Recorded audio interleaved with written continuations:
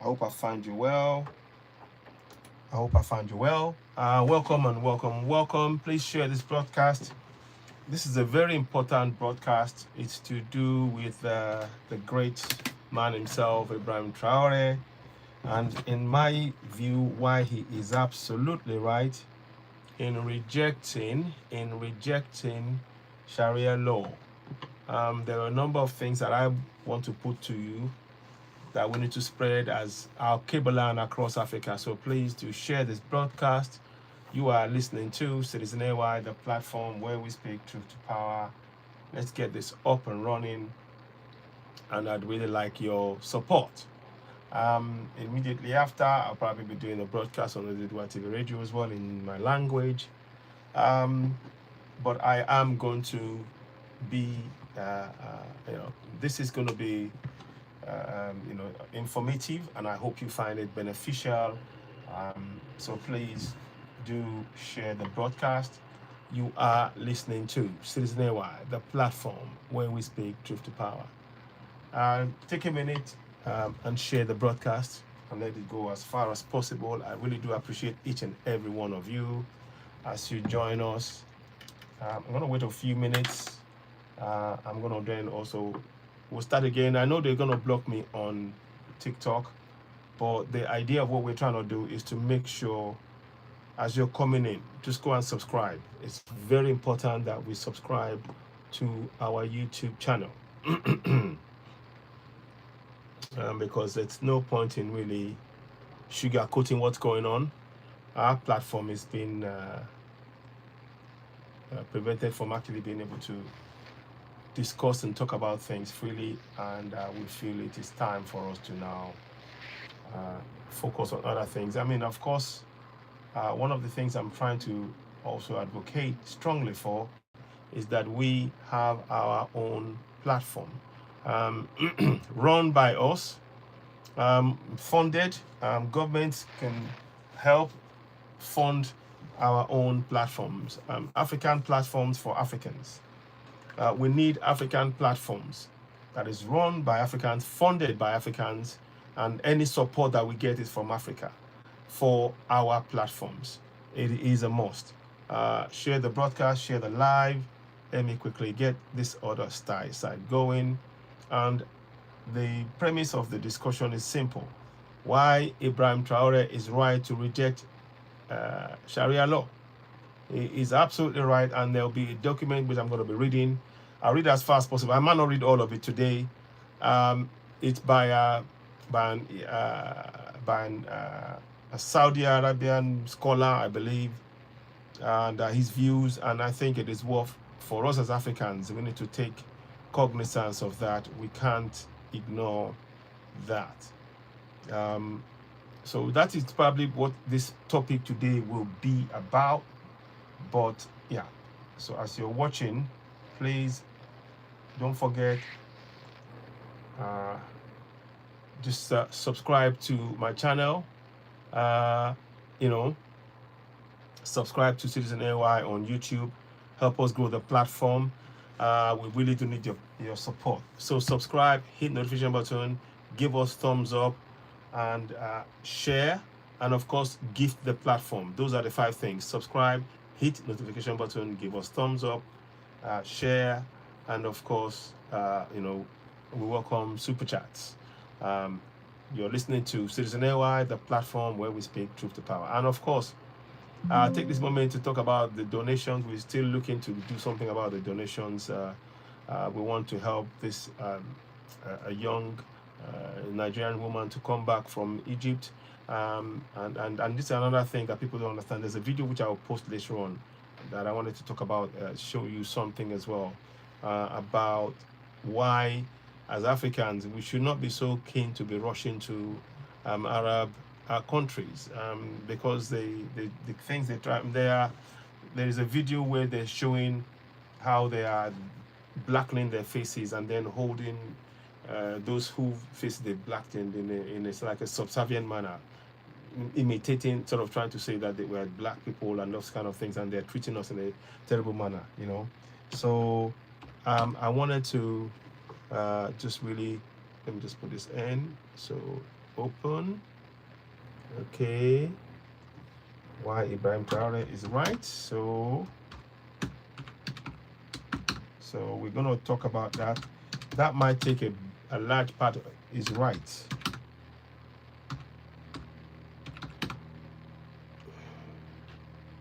On Sharia law. Right. Why is right? So just give me a minute. So we will get people to join us. And please tap and share. Welcome on board. Hello. Yes. Thank you. Thank you, Vivian V. Thank you. Welcome, my sister. Please, as you're coming in, share with family and friends. We all know what Ibrahim Traore did. He has banned anybody that goes to practice or learn, read up on and get Sharia law in Saudi Arabia is not welcome back. They can keep it over there. He is protecting his people from harmful doctrines. The Sharia law is a harmful doctrine and is right to state that. So we're gonna go live now on TikTok. So we are live on TikTok. I hope people will help share the broadcast. It's very important that we do so. So don't worry, I'll be back. I don't know what's going on with the picture thing. Here we go. So we're gonna put it back up. Don't worry, I'm here. I don't know what it's doing, but it's fine. We will get there. I think I know what it is. So whilst that is happening, we will just get that sorted out. Citizen AY here. Help us share the broadcast, join the live, and give us a few minutes. I want a few more people to come in.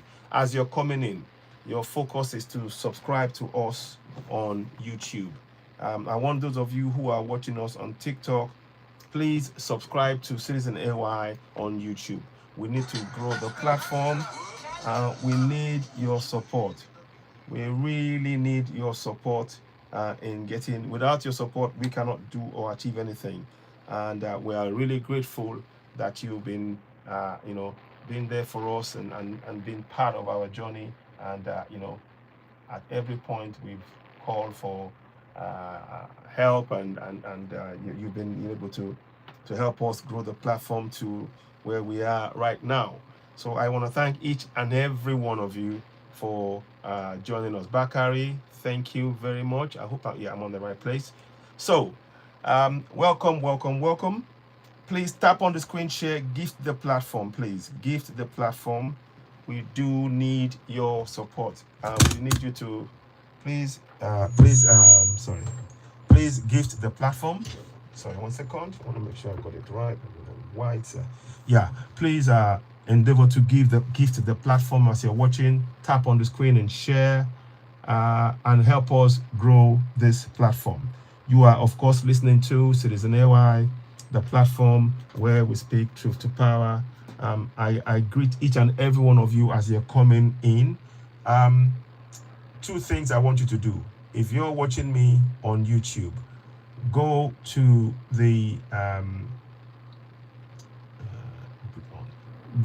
my YouTube channel and subscribe as you see on the screen. Go to the YouTube channel and subscribe. We are going on a very, very massive drive to get the platform to over 10,000 subscribers. It is on the screen right there. You can see it. And today we're going to talk about the great man that you see behind me, Ibrahim Traore, of course. That's our favorite topic on this platform. As many of you know, we promote everything that Ibrahim Traore does. We have been promoting, advocating. Ever since we've seen him come on since 2022 when he took over power from Dembele. We have been Viva. Thank you very much. Yes, give us all a thumbs up. As you're coming in, everybody, make sure you're giving us thumbs up. We welcome super chats on YouTube. Let me just quickly do something. I want to make sure that we have something up and running. This is what I will talk to you about. I will bring this up shortly and we'll talk about that. But I wanted to make sure that we are able to also follow what's going on YouTube, and any comments I will endeavor to answer as many of you back as possible on what we're doing, and try and give you updates on that. But we need your, right now, what we need the most from you is, as you're coming in, just go what you see on the screen, and you see the green area there on the screen that shows you to subscribe. That means we are asking you to go and subscribe to us on YouTube. From those of you, every one of you that's on TikTok, and we really do need your support. We wouldn't be where we are now in terms of interactions without your support, and we are calling on that support yet still. We need to do a number of things. We want to print out this document that you see in front of me. This is the document here. We want to print it here. We want to print it out in our local communities in Yoruba language, and we want to be in our communities so that they know their rights in their local languages and begin to participate in their governance. We want to remove this brainwashing idea that religion is the solution to our problems on the African continent. That is a big job. And also, I have a friend, another brother, Black Stallion. We are talking about how we can actually begin to print, mass printing of books written by Africans, by Africans, by foundational Black Americans, by Caribbeans, by Haitians, and print them and make them available in local languages on the African continent.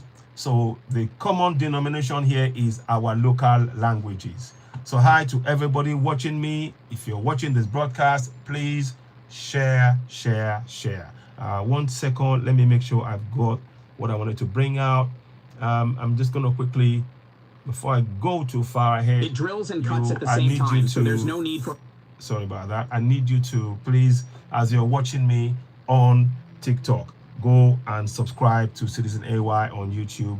TikTok, as far as I'm concerned, it's just a platform I'm using for a means to an end. I'm always being flagged, so I don't have any confidence in anything that I do on TikTok. My platform is constantly my broadcast is being flagged. Any gifting, I'm being suspended from gifting at any time, at any minute. I just get suspended, and my broadcast is being messed with. So for that reason, I don't want to waste too much time doing anything in terms of working too much on that area. Of course, yeah, you can, if you follow me, you can share it to other people and they can join me. But please, what we're saying is what you've seen on the screen that is at the bottom, just below Ibrahim Traore, you can see is a picture. There's a video that's directing you to go and subscribe. Please, that is of immense importance to us. We would like you to go ahead and subscribe to us on YouTube. Go ahead and subscribe and gift us as much as you can, as much as TikTok allows. So we would really like that. Please go ahead, subscribe, hit the notification button, give us thumbs up, help us with more people. Now, let me just quickly do one more housekeeping. I wanted to make sure we got that. Just to give you a little bit more insight, I want you to see what my page looks like on YouTube so that you're familiar with it. So when you get there, just type in hashtag Citizen AY. Once you type that, it will come up. But I'll show you, because I want you to be able to familiarize and share with people. That way, when we now come to, when you get there, it's not, you're not going looking for it. So this is what my platform looks like on YouTube right now. We got close to 7,000 followers on YouTube. Thank you all very much. Those of you who are members and those of you who are helping us share the broadcast, we are grateful for each and every one of you that have subscribed thus far on YouTube. We require yet more still, because another thing I want to do is, you see the man that you see right here in front of me, that man, don't worry about that picture thing. It's come off. I'll be bringing it back. Don't worry. We will sort it out. Something has happened. I don't know, but don't worry. I'm here. I can hear, you can still hear me. So we're just trying to bring all of those things back for you. We will sort that picture out. I'll be back in a couple of clicks in terms of the picture. So I'm still here. I know something's gone on, but don't worry, we've got it under control. It is not something to worry about. We will just carry on with what we're doing. which is to do our broadcast as per normal. This is just a little hiccup, but here we are, like I said. So now we've now covered what the house rules. Please, 4 things I want you to do when you get to this platform, to my YouTube channel. Subscribe, hit the like button. Sorry about that. Subscribe, hit the like button, hit the notification button, give us thumbs up. And of course, we welcome super chats. That would be of great help in what we're doing on YouTube. And of course, the platform is YouTube, and we need your support. So there you go. That's the platform right there. Hashtag CITIZEN, capital A, capital Y, Citizen AY. Subscribe there, and that will be doing, you'll be doing us a great favor. I want to be able to go to this country. I want to go to Burkina Faso, Mali, and Niger. And the only way we can do that, is to have a lot of people following us on YouTube. That way we can generate some our viewership. We can be able to raise funds that way. And of course, we welcome gifts. We welcome people donating to our page. If you wanted to donate to help what we're doing, because we put a lot of time and effort into the research work that we're doing to raise awareness in our community. And for example, this book that we're doing here, the printing of this documentation, putting it on our website, www.citizenay.org, is totally free. We want it to be free. It's in PDF format, and we want to update it as we go along. So that requires effort, it requires support, and it requires people being behind us in terms of supporting what we're doing. I'm going to recommend a fellow channel member to your channel. He's as passionate as you are. Perhaps you could collab. Absolutely, Viva. Oh, absolutely. Yes, of course. I'm up for that 100%. I am up for that. I want to collaborate with as many people as possible, because we need to help each other. This is not a journey of an individual. When it comes to Alkebulan, and I'm pointedly saying Alkebulan because, as we now know, in Nigeria, in Yoruba language, for example, we don't have a a letter C. So when I'm saying African, I'm using clearly something that's foreign to my land. Alkebulan is something that I can see that's been there. Pangaea is another word. Kush is another word.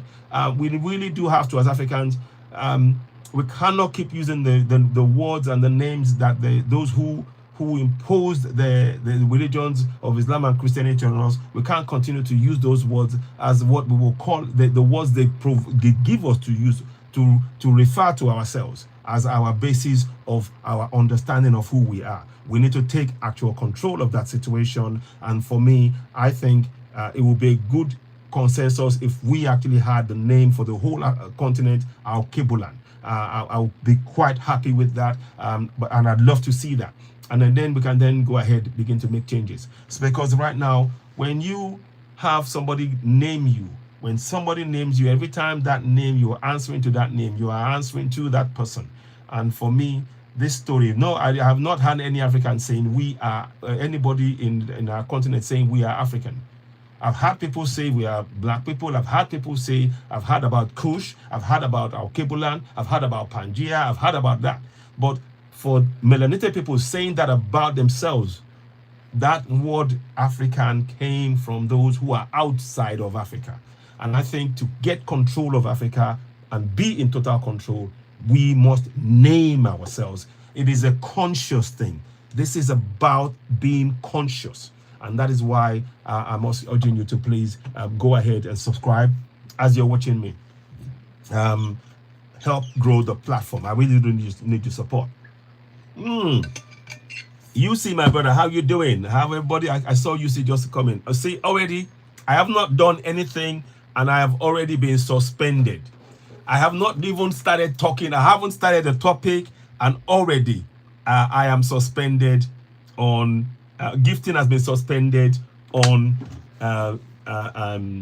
TikTok. So please, as you're watching me, I'll be sharing it. As you're watching me on TikTok, go ahead and subscribe. Go ahead and subscribe to us on YouTube. You'll be doing us a great favor, and we don't have to, like I said, one of the things more and more we are going to be calling on, we're hoping that the Alliance of Sahel States will set up or will begin to join with creators like myself, a group of us, and set up our own Alkebulan wide social media platforms that will be free of control. Yeah, thank you very much, Vivian. Yes, yeah. So they'll be free of control of this colonial structure that is trying to shape our mind, to trying to tell us to do things in a particular way, to reduce us to children on our continent. When the same place that they're trying to reduce our mentality to children is where they come to get the resources they need for their daily lives. This is madness. This is insanity. We need to really wake up. It is time that we woke up. And that's why we support Ibrahim Traore and the vision that he brings. You see that when he's talking, when he's anywhere, just see how the people of Burkina Faso are ready to give their life for this man, because they see that he is giving his life for them. That is how this works. That's how it works. So let me see. I'm just going to answer them. They said I broke rules. I'm going to challenge them. I know it's not going to go anywhere, but I'm just going to say it anyway. I broke no rules on TikTok, and then I'll just submit it and leave it at that. But as you're coming in, please do watch, share, subscribe, hit the notification button. You can see that my broadcast is being deliberately depressed on TikTok. So that's why I'm asking you, those of you who are on TikTok right now, please subscribe to me on YouTube. And you have the ways to do it, and the subscribe button is there. Go ahead and subscribe. Now, we are going to go into the topic proper because I've waited. I wanted to as many people as possible to join me in that discussion or on this topic. It's very, very important.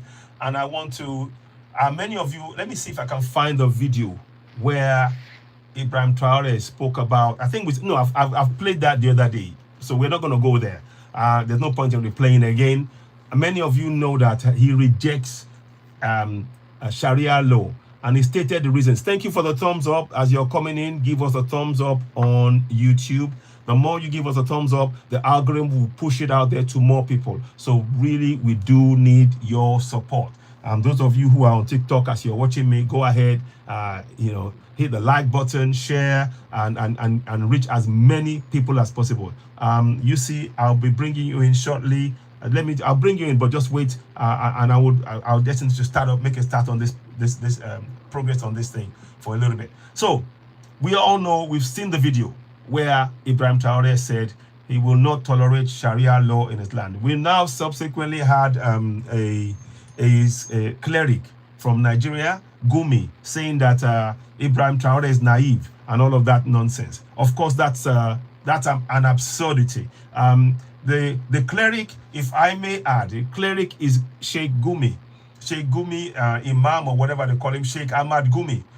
By the way, his dad brought this Wahhabism, and there is a reason why I'm talking about Wahhabism. He brought Wahhabism straight from the Saudi Arabia.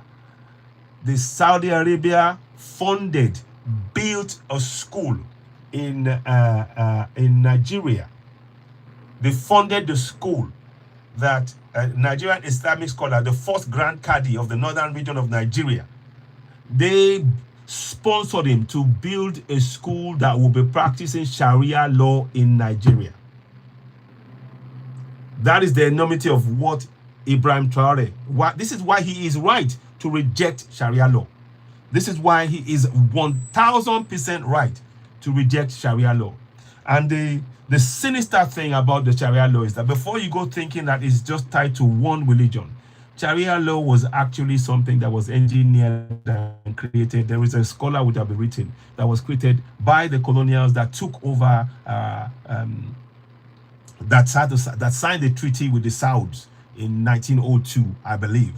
And all of this is all intertwined. And this is why I'm saying, you heard Ibrahim Traore said he's not prepared to, he won't be allowed. No Sharia law is allowed. People doing Sharia law will be allowed to come back if they go to Saudi Arabia. Likewise, Christians, if you go on a pilgrimage to Rome and all that, and they come back, no. He said, we are going to be, if you are going to practice any religion, traditional, it will be, all of it will be to comply with our laws in our land. Because what has been happening with these religions is that under the guise of religion, they've circumvented the laws. They put themselves above the laws of the countries, of those individual countries. And that has meant that the people has not known their rights. They've kept the people in the dark with this religion. The religion has kept the people in the dark and not been able to participate in governance, in holding their government accountable, because they've been, 90% of them are in churches or in churches or mosques. And that has actually been indoctrination. This is seriously terrible indoctrination.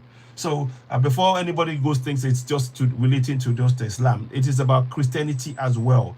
Both of them have been very divisive on the African continent. So what we need to do is for us to, our people need to know their rights in their local languages and being able to hold their governor to account.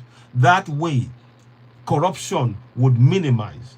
Lack of infrastructure will minimize, because people are focused, they are aware of their rights from an early age. You see, what the indoctrination that both Islam and Christianity has been doing to Africans is that the first people, they get at our youth very early. They get at our youth very early. As a Christian, I was in Sunday school by the age of 4 in Nigeria, and I was being taught about, for God so loved the world, he gave his only begotten son. For whoever believes in him and shall live and have everlasting life, and all that nonsense. That is what they did from the age of 4. This is a lived experience. I'm not just telling you stories. Likewise, those who are going to the mosque, they go to read the Kewu and all that stuff, and Sharia law. From the age of 4, you are taught all of this stuff that has no bearing on your quality of life in your country. So you can see the damage that these religions are doing. From the age of 4, you are taught about a religion that has no bearing on improving your rights to have water, light, schools, safety, healthcare, bridges, hospital. It has zero bearing. And yet that's the first thing that is put in the minds of our children from the age of 4. As Africans and African leaders, this guy, salute to Ibrahim Traore, salute to Ibrahim Traore. He is a visionary. He is cutting those chains that they've put in, those psychological chains. He's cutting them off. He will not allow it to grow or to fester on his land, because he fully recognizes that when they get in quickly and they start twisting, they start affecting the mind of our people, and our people will be conditioned to accept the injustice of being in the land of the plenty, and you are being restricted to having crumbs from your own resources. This is social and psychological conditioning by these religions, and it's really important. That is why he said, we will fund religions. The religions will have to follow our laws in our land. No ifs, no buts, no excuses. And this is why I am 1000% behind the stance of Ibrahim Traore. And note, please note, Ibrahim Traore is what? He's a Muslim. I want you to think about that for a minute. Ibrahim Traore is a Muslim. So he's not talking, he's a practicing Muslim. But he took a step back from the religion. Surveyed the interaction. When the imam started coming back and saying, no, this is what the Quran says. The imams that have been brainwashed in Saudi Arabia started coming to start challenging what he was saying about how things needed to run in Burkina Faso. Then he realized, no, I may have my personal religion, but that religion has no right to interfere in the governance of my nation. That is what he stated. He says that religion has no right to interfere in the governance of the nation, because under the guise of religion, those things, they started cutting the rights of the people are being denied to their resources, because they were giving themselves to Allah, giving themselves to Jesus Christ and all that stuff. Meanwhile, those who they were giving themselves to were coming to the land, i.e. the French, coming into Burkina Faso and taking the resources and the people are starving. In Niger, the uranium in Niger never benefited the people of of Niger. For 40 years, the uranium was keeping the lights on in France, and the people of Niger were living in darkness. So you can see the impacts of these religions on our mentality. And that's why I'm saying we as Africans, we need more leaders like Ibrahim Traore, like Assimi Goïta, like General Chiani, because they are not only thinking about just governing now, but what kind of information are they allowing to corrupt our minds? Because if you do not take control, leadership is not about, governance is not just about providing things alone. It's about making sure that you are providing the right kind of information for the community to continue to grow and sustain itself. That is what this is about, you know. They're not approved. I'm not surprised. So this is, please, as you're watching, share the broadcast. I am standing here and I'm stating why Ibrahim Traore is right to reject Sharia law in Burkina Faso and why Alkebulans, notice I said Alkebulans in bracket Africans, must join him in rejecting both Islam and Christianity by colonials on our continent, Alkebulan. It is important. We need to start doing the work in our communities. Whatever name, whatever it is we are going to be, anything that is going to be on our continent has to be from us. It has to be from us. We must be the authors of anything on that continent.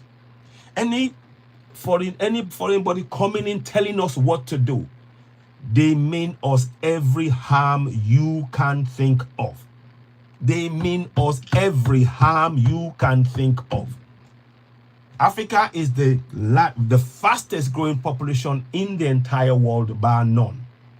Africa has the largest, fastest growing youth population from 0 to 18 or 24, thereabouts. They projected by 2030, it will be 400 million people in Nigeria, for example.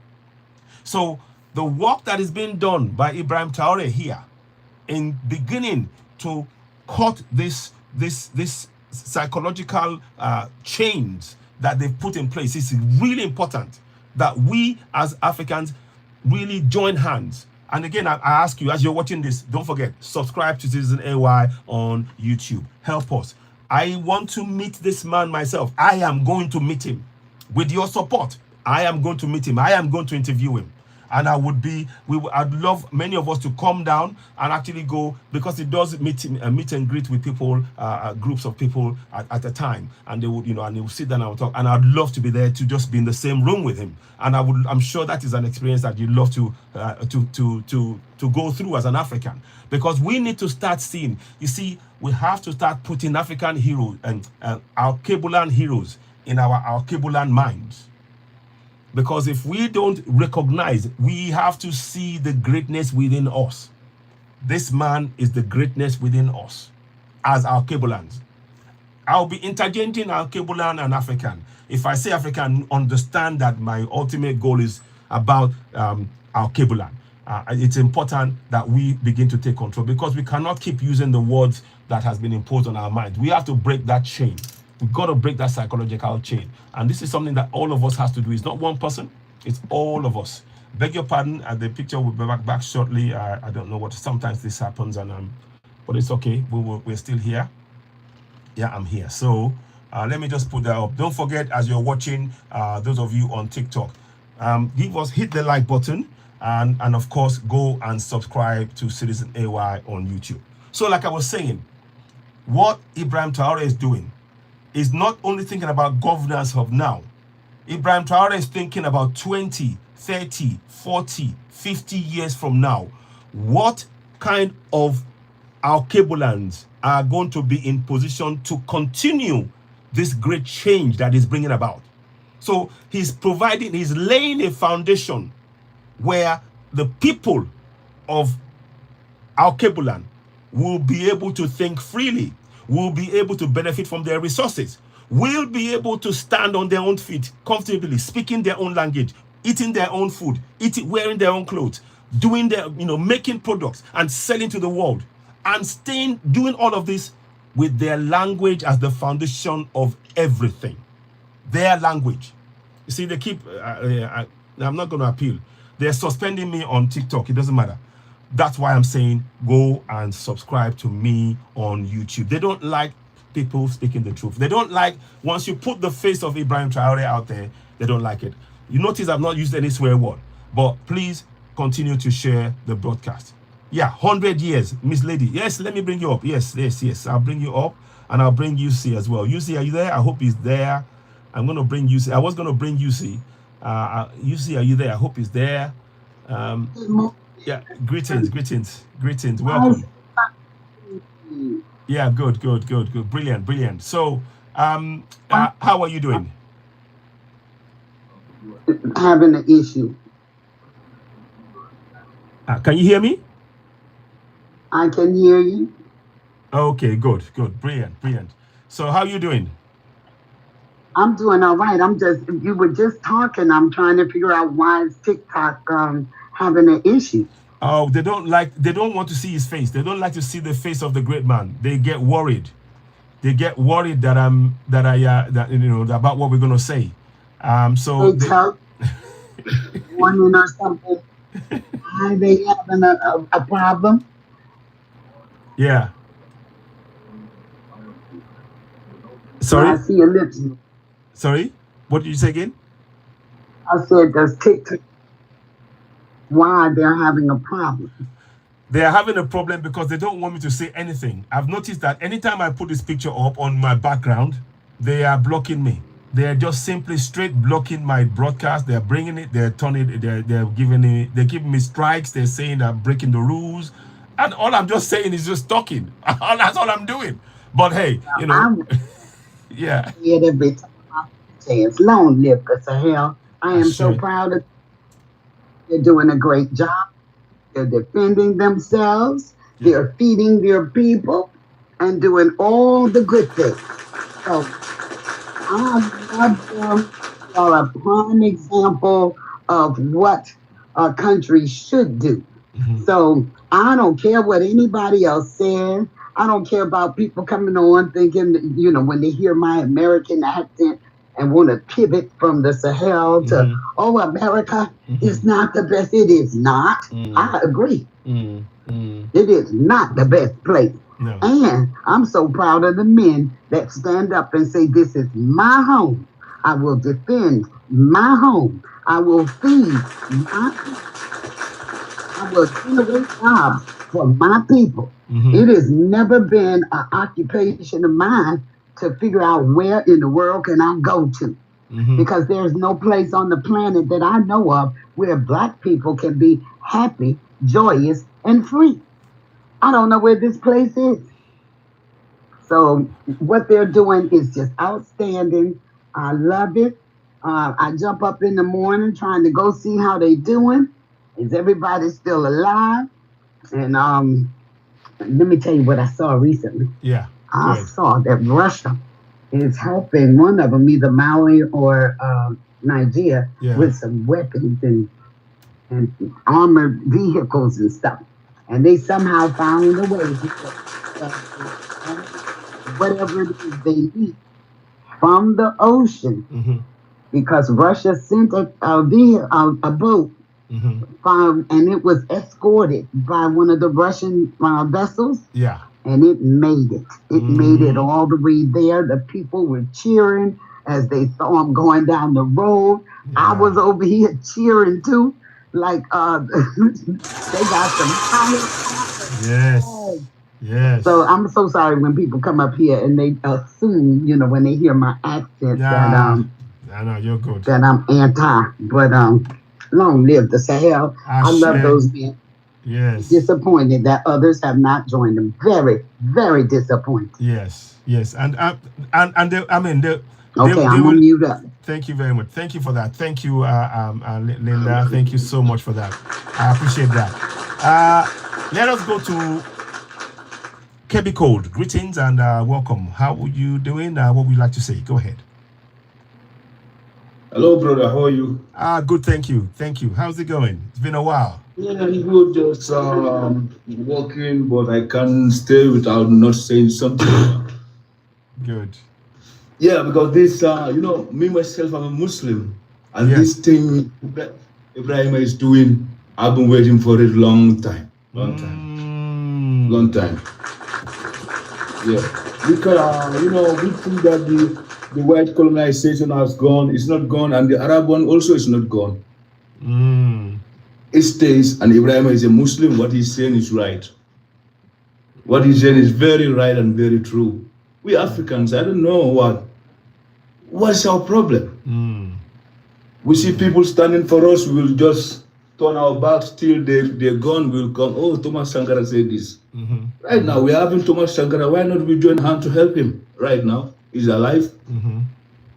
So we're going to wait until he's gone. We start to write books and things. Hey, he was a good man. He was this. That's just like hypocrisy to African. Well said. Yeah. Well said. And once again, I want to thank this lady. I met him in so many. She's a one in a million. I don't know her, but always there's African thing. I heard his voice. Yes. So thank you. You mean Miss Lady LJ? Yeah. Thank you so much. Thank you. So because this is not about Africans who are living in the mainland. This is about everyone know you are a Nubian living in the face of the earth. It's not about only Burkina and people living in the motherland. No. If you are a Nubian and you know that your heritage is from this place, we all have to join hands and start to fight for our future and our liberation and start to fight for our dignity, for our respect. We need it. Because everybody is equal in this face of the earth. How come others will see us down? We will be there. Okay, we are down people. It's okay. Keep us like that. Exactly. So Ibrahim is fighting out there. They are my people, my countrymen coming out saying Ibrahim is like this. God will punish you, not Ibrahim. Your Allah you are worshiping will punish you, not Ibrahim. Exactly. Babe, I got a question. Yeah, because the Arabs don't care who you are. I've been to Arabic states. I know how they treat us. I know how they welcome us. In Quran, I learned they say if you see a stranger, you welcome him nice. But if you go to the Muslim Brotherhood in Arab, they don't welcome you that way. Exactly. I got a question about that. Yeah, go ahead. What does religion have to do with feeding his people, making sure they are safe, making sure they have good housing, food, health care, roads? What does that got to do with his religion? Exactly. Yeah, because our people are just, I don't know, honest, our people are just into religion. They forget about themselves. They have to build good future for their children, their future, and they forget everything. They are afraid to die, and death is one thing. Death will come, no matter you are sick or not. Death will come. Why somebody will still preach me every day about death when you're gone? No, I'm not gonna afraid that. I have to make this world better living for us too, not only the Arab and the white man. No. Exactly. We also have a share in this world. I got another question, Mr. Cole. Yeah. In the Sahel, do you think that people should be able to practice any religion they want or no religion at all? People should practice any religion they want, but you should not say that your law, your Sharia law, will go into a country where there is not only Muslims around. There are other religions.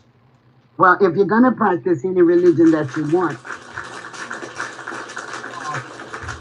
over everything and everybody, because everybody's not Muslim. Yeah. Yes, that's why this man is trying to save the Muslim population in this country, especially in West Africa. We have to talk. Tell the Muslim population, now look, before Islam, we were together. We were one people. What about together, Ibrahim, the thing he's talking about, even in my country, they are disturbing people a lot. They are disturbing people. They never bring any good project, only building mosques. What is their problem? And later, those mosques will come to turn us to terrorist camps. We know, we Muslims know. Exactly. Don't the They Bush even people told us that what your forefathers, your late Muslim brothers are doing is not good. The one we get from Arabia now is the good one. You guys are wrong. Mr. You Cole? can see that even themselves, the Muslim themselves, they're having this fight. Yeah. Yeah. Aren't they Muslims? These Bush people? They need. Are the Bush people Muslims? They say they're Muslims, right? Well, not Yeah. Bush. That you mean And the so two- they worship a God that tells them to go out and unalive other people. That's what I'm saying. That's what you. Those people are working for the Arabian politicians. Yeah. They are. These Bush people you are seeing, this one, there are a lot of not only them, a lot of them are in Burkina. The people they will sponsor them, take them to Arabia, teach them the extremist way of Islam, bring them back to Africa. Same thing in and try to Nigeria. separate hatred among people so that France and Europe can have a way to enter in our society and do what they want. Yeah. They come down. The Arabs and these French people are all together. The black Muslims, they don't know it. They think that these white Muslims, they hate French. No, they don't hate French. They like French more than you. They like American more than you. They don't see that you are a Muslim brother. So these Muslim brothers in Africa, they think, hey, these Muslims, they don't like you. They like these European more than you. Exactly. I'm in Europe. I see them here. I see these North Africans here. The time they sit with African, they are African. If they sit with European, they are European. Exactly. I see them. I even talk to them. All over the place. So if anybody fooling himself like, oh, Moroccans are not Africans, they like us, the Arabs are Muslim, we are Muslim, they want you to be in civil war. Yeah, exactly. Because they have been doing it for a long time. They want to pass it to you. Well said. Well said, my brother. Well said. That is so right. What you said then. Anytime a Frenchman or a European try to do something in Africa, it doesn't work, he calls it Arabic caution. Oh, they are Muslims like you. Can you talk to them? Can you say this and this? Can you do this? After, when you guys go into religious war, the French will come and take what they need. Exactly. Look at the West African Francophone countries. Look at them. Yeah. They don't get nothing. They don't get nothing. This guy is trying to save them. How many people came from them trying to save them? They killed them. Exactly. How many people? Who killed them? Not Christians, it's Muslims. Exactly. So, Cole, we usually use the word unalive. So sorry, I know it's sometimes it's unalive because I'm an African. I cannot be perfect in English. I don't care. Yeah, people will say TikTok won't let them ban me. Sorry, my brother, but Africans, we have to stay African. It's time for us to wake up. That's what I'm telling my people. Wake up, wake up, wake up. Yeah. Thank you, brother. Wow. Friendly words. Yeah. Thank you so much for that. Thanks for the reminder also, Linda. Thank you. Kebi Cole, thank you. You said it all. And you know what is important about this is that what you just heard now is being said by a Muslim, a person who is a Muslim, practicing Muslim. So he is saying that religion has been used to actually destroy Africa. Likewise, I am saying as a former Christian that Christianity has been used to destroy Africa. And we Africans have to be brave enough. If you're still going to practice it, don't let it run your country. If you are still going to practice Islam or Christianity, it must not have control on your country. It must not have control on your governance. It is really important to state that. So that is why I'm so glad that my brother Kebi Cole just spoke now. Let's go to Abubakar. Abubakar, welcome. What would you like to say before I go ahead with the broadcast? Abubakar, welcome. What would you like to say? Welcome. Yes, thank you so much. My greeting to you, citizen AY, my sister, Miss Lady LG, and the brother KB Cole. I greet you all. Thank you. Yeah, it's been a while though I come to the platform. Yeah, though I see the point. This is so great about our comrade brother Ibrahim Traore spoke on the Sharia. And I did support him. Fantastic. On that. Whoops. Whoops. Oh, is somebody calling you? Okay, you might want to mute that phone. Oops. Okay, you want to mute that phone? So, because it's affecting, you can't. Yeah, I was having a call. Oh, I see. Okay. Is this about the poem or no? Or did you ask any question? Yeah, I entered right now. Yeah, if you ask question, I want to know the question. If I was about the poem, I go on. I was just saying that why Ibrahim Traore is right to reject Sharia law in Burkina Faso. We can't hear you, host. You're muted. Oh, sorry. I was just saying that. Thank you for that. I was saying that. Am I audible? Why I'm saying that? Yeah, you're audible. I'm saying that. I just said why Ibrahim Traore is right to reject Sharia law, and I'm going to read a document to you all to understand. For many people to understand that Sharia law is not what you think it is. They have corrupted it, and that is what I was going to show. But I wanted to hear from other people in the meantime what your thoughts are. Do you agree with him that we should? I think you said it. You said you agree that he is right to reject Sharia law. Do you have anything else you wanted to add before I proceed for a little bit? Go ahead. Yeah, let me add there. Thank you so much, Citizen AY, and thanks this great platform of Pan-Africanism. Thank you.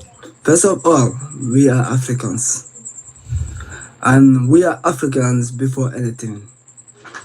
Our intention is to make Africa a great nation. Go ahead. And to make the African child the best of child to ever live. As one Lali Kamalala said, the black child or the dark child.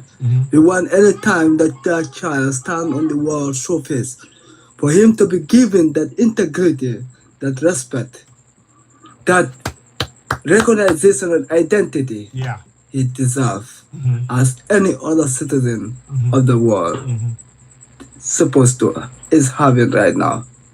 We are saying we are down on that identity. Our identity is looked down. Then come rise to this gentleman, this great comrade, Captain Ibrahim Traore, who since his rising is doing every best to give this black child or this dark child an identity of pride, an identity of recognition, of identity of commitment and a strength. Yes. Then time have come where he is questioning about the Sharia law, about the Muslim extremists, which he and I understand. We are both Muslim. He is a Muslim, I am a Muslim. But what he go against, I have gone against it. Before we talk about the child of Palestine being shot in Palestine, the child of Gaza being shot in Gaza, the child of Ukraine being shot in Ukraine and elsewhere, before we talk about the child, we must talk about our children in the continent who are suffering the worst of suffering.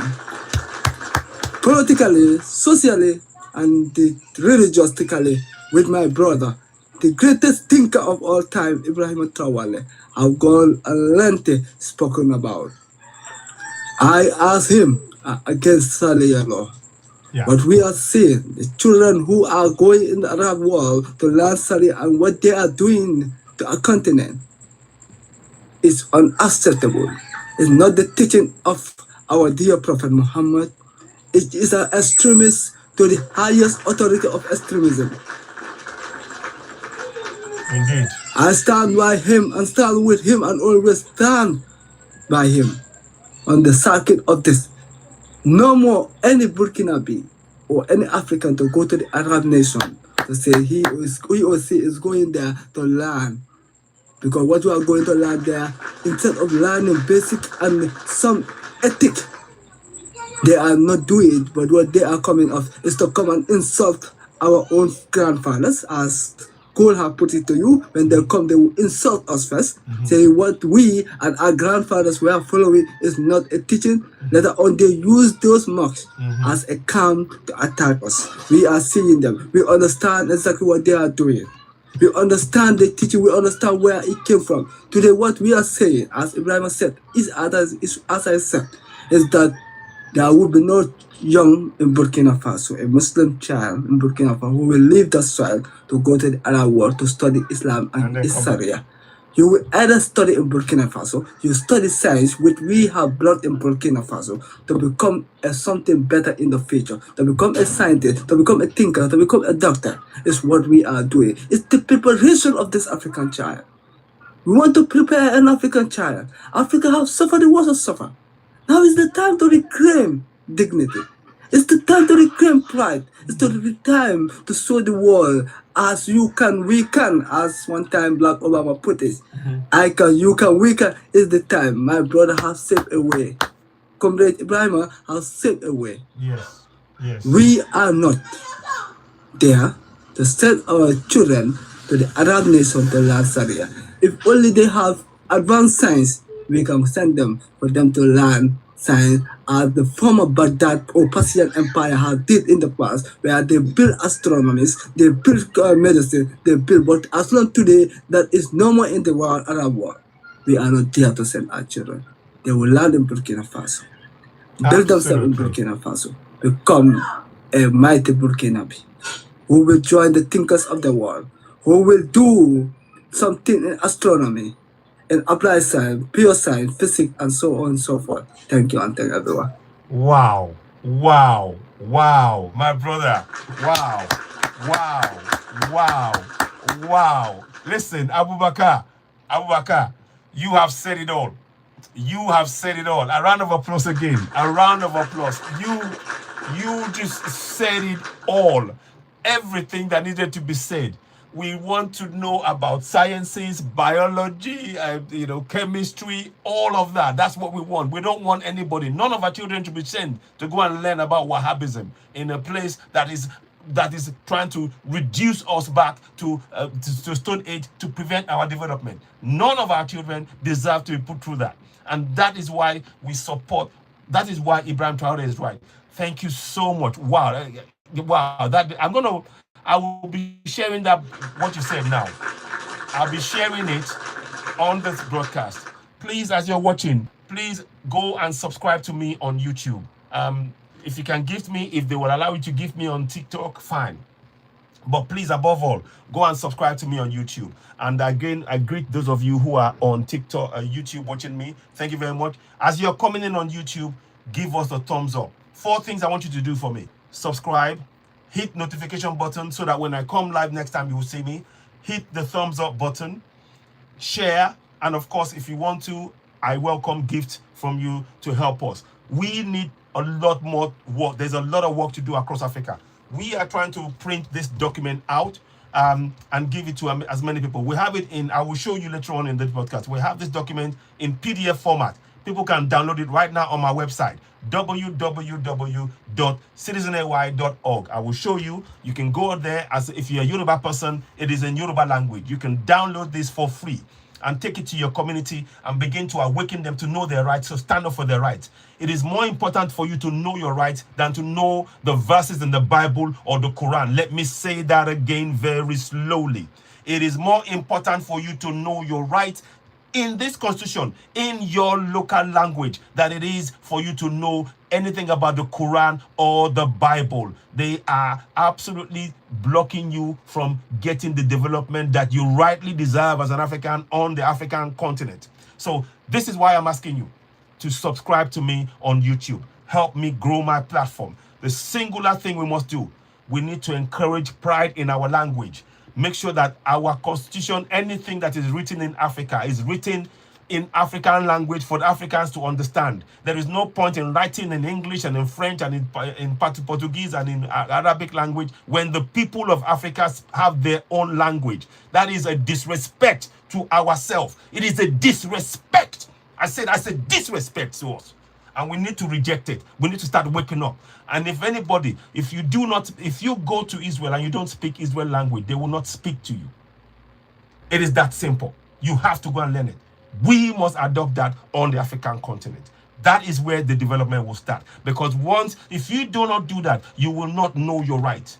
This Bible and Quran is there to brainwash you, to keep you from actually claiming your rights and to good life, to healthcare, education, schools, bridges, good crops, manufacturing, whatever it is you want to do, you can achieve it on the African continent, and we need to stand by that. So, my brother, wow, once again, I thank you for that statement. But like I said, as you are watching me, and again, as I also say thank you to Linda and to Kepi Code, or everything they've said, you can see that everybody's in agreement with this great visionary that you see on the screen, Ibrahim Traore. Salute to him, salute to him, salute to him, and of course to Assimi Gota and General Chiani. I could talk all day about this man, and I will never tire once.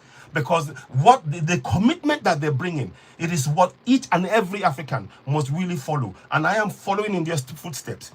I may be older, but listen, I'm prepared to follow. When I see reason, I go with that reason, and it makes sense to me. And we must make sure that all of us will continue on this journey. We mustn't let any other African leader tell us, oh, Sharia law is necessary on the African continent. I mean, this Gumi guy, Sheikh Gumi, was talking about, Ibrahim Traore is naive. He doesn't know what he's talking about, because he's been funded.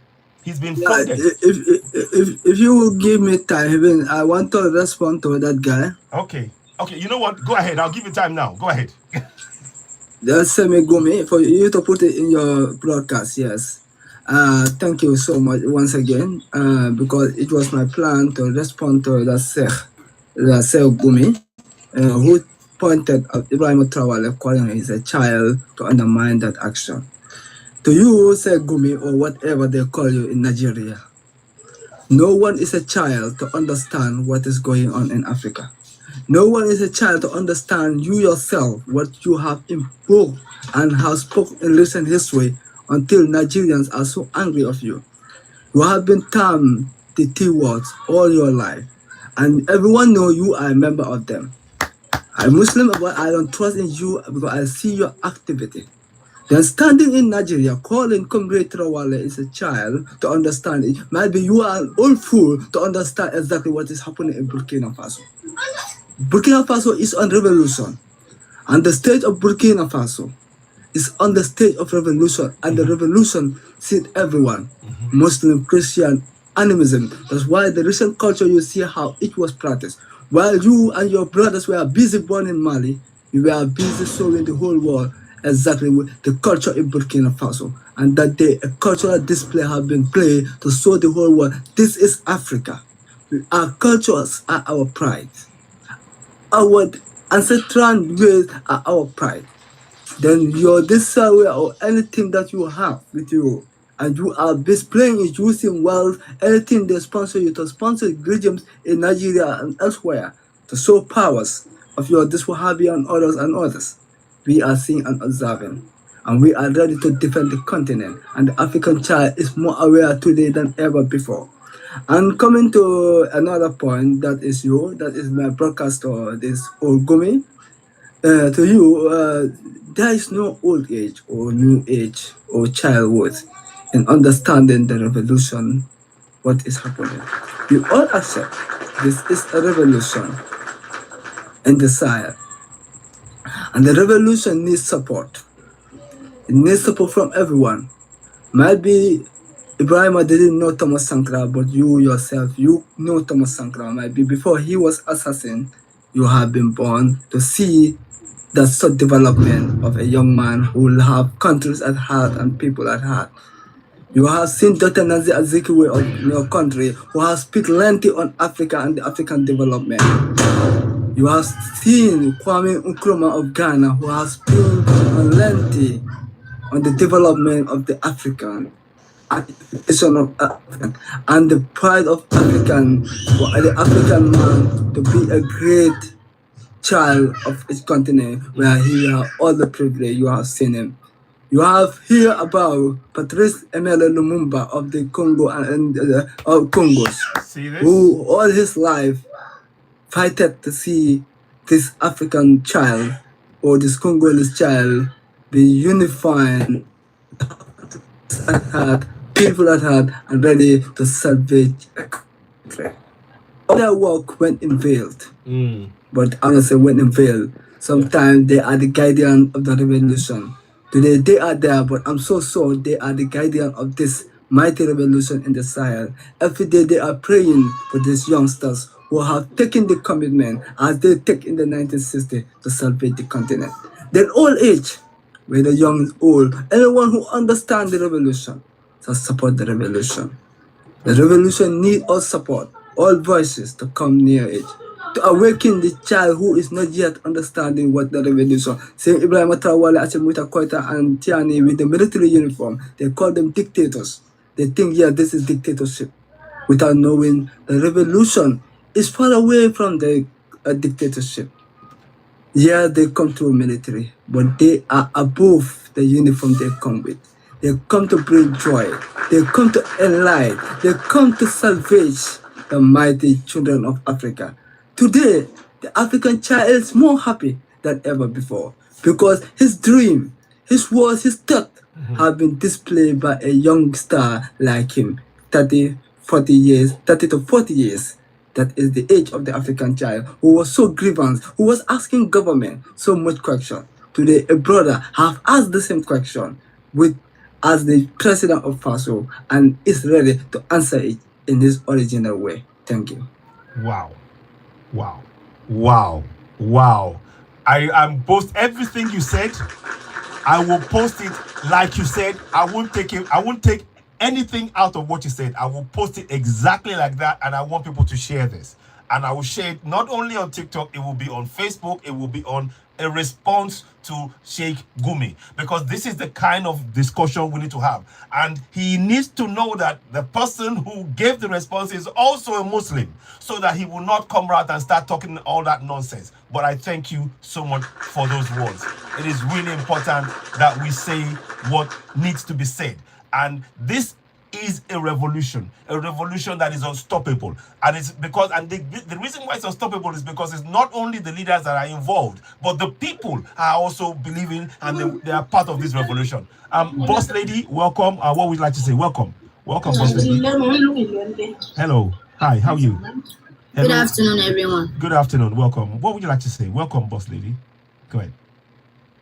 I'm just joining. This is my first time here. Oh, fantastic. Okay, welcome. Yes, we are talking about Sharia law, that Ibrahim Traore, why he is right to reject the Sharia law in Burkina Faso, and indeed why all of Africa must support him.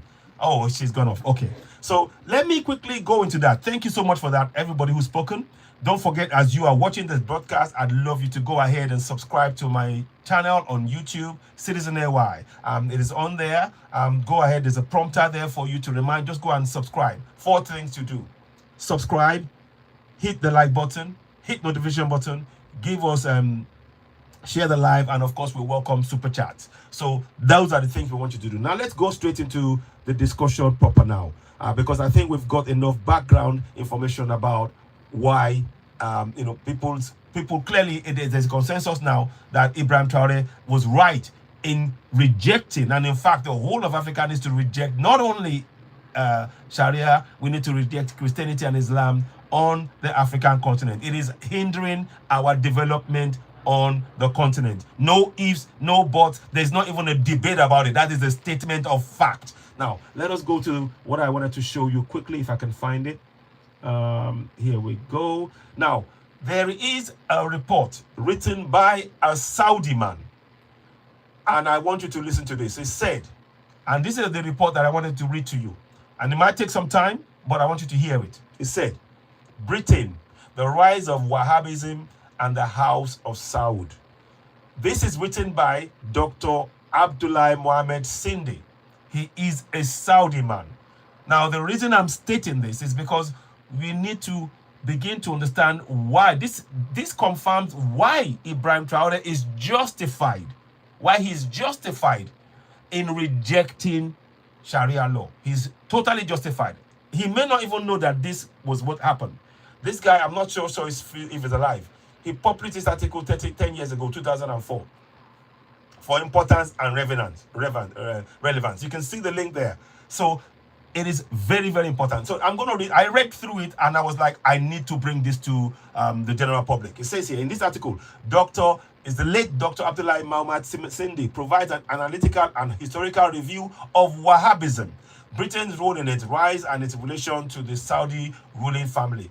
Canals welcome the debate that aims at exposing the history and the role of reactionary Arab regimes, particularly the crucial role of colonial and imperial powers in formation, survival, and their dependency on continuous imperialist support. So now you begin to understand that even the idea that you hold dear about this Islam is being influenced by colonial powers. They don't care what religion you support. They use all the tools. Religion, in effect, is a tool in the hands of the colonials. So whilst you may think you are following a religion, you need to be very clear that this religion is meant to control you. It's not meant to support you. It's meant to keep you in the dark. It's meant to keep you in the dark. And that is why we are trying to just give me a minute, please. I'll be back in a second. I'm trying to sort this out. Something just happened to the screen. So you lost the visuals, but I'll be back shortly. I'm just going to bring the things back whilst I'm sorting the other bit out. I don't know why it's doing that, but never mind. We are going to get through it. So, be back. Here we are. So I'll bring the other thing back again so we can carry on. So, this is very, very important information, and it backs the stance of Ibrahim Traore. It backs his stance, and that's why I wanted to share it on this broadcast today. Now, so let's go into the topic especially. So one of the most rigid reactionary sects in all of Islam today is Wahhabism.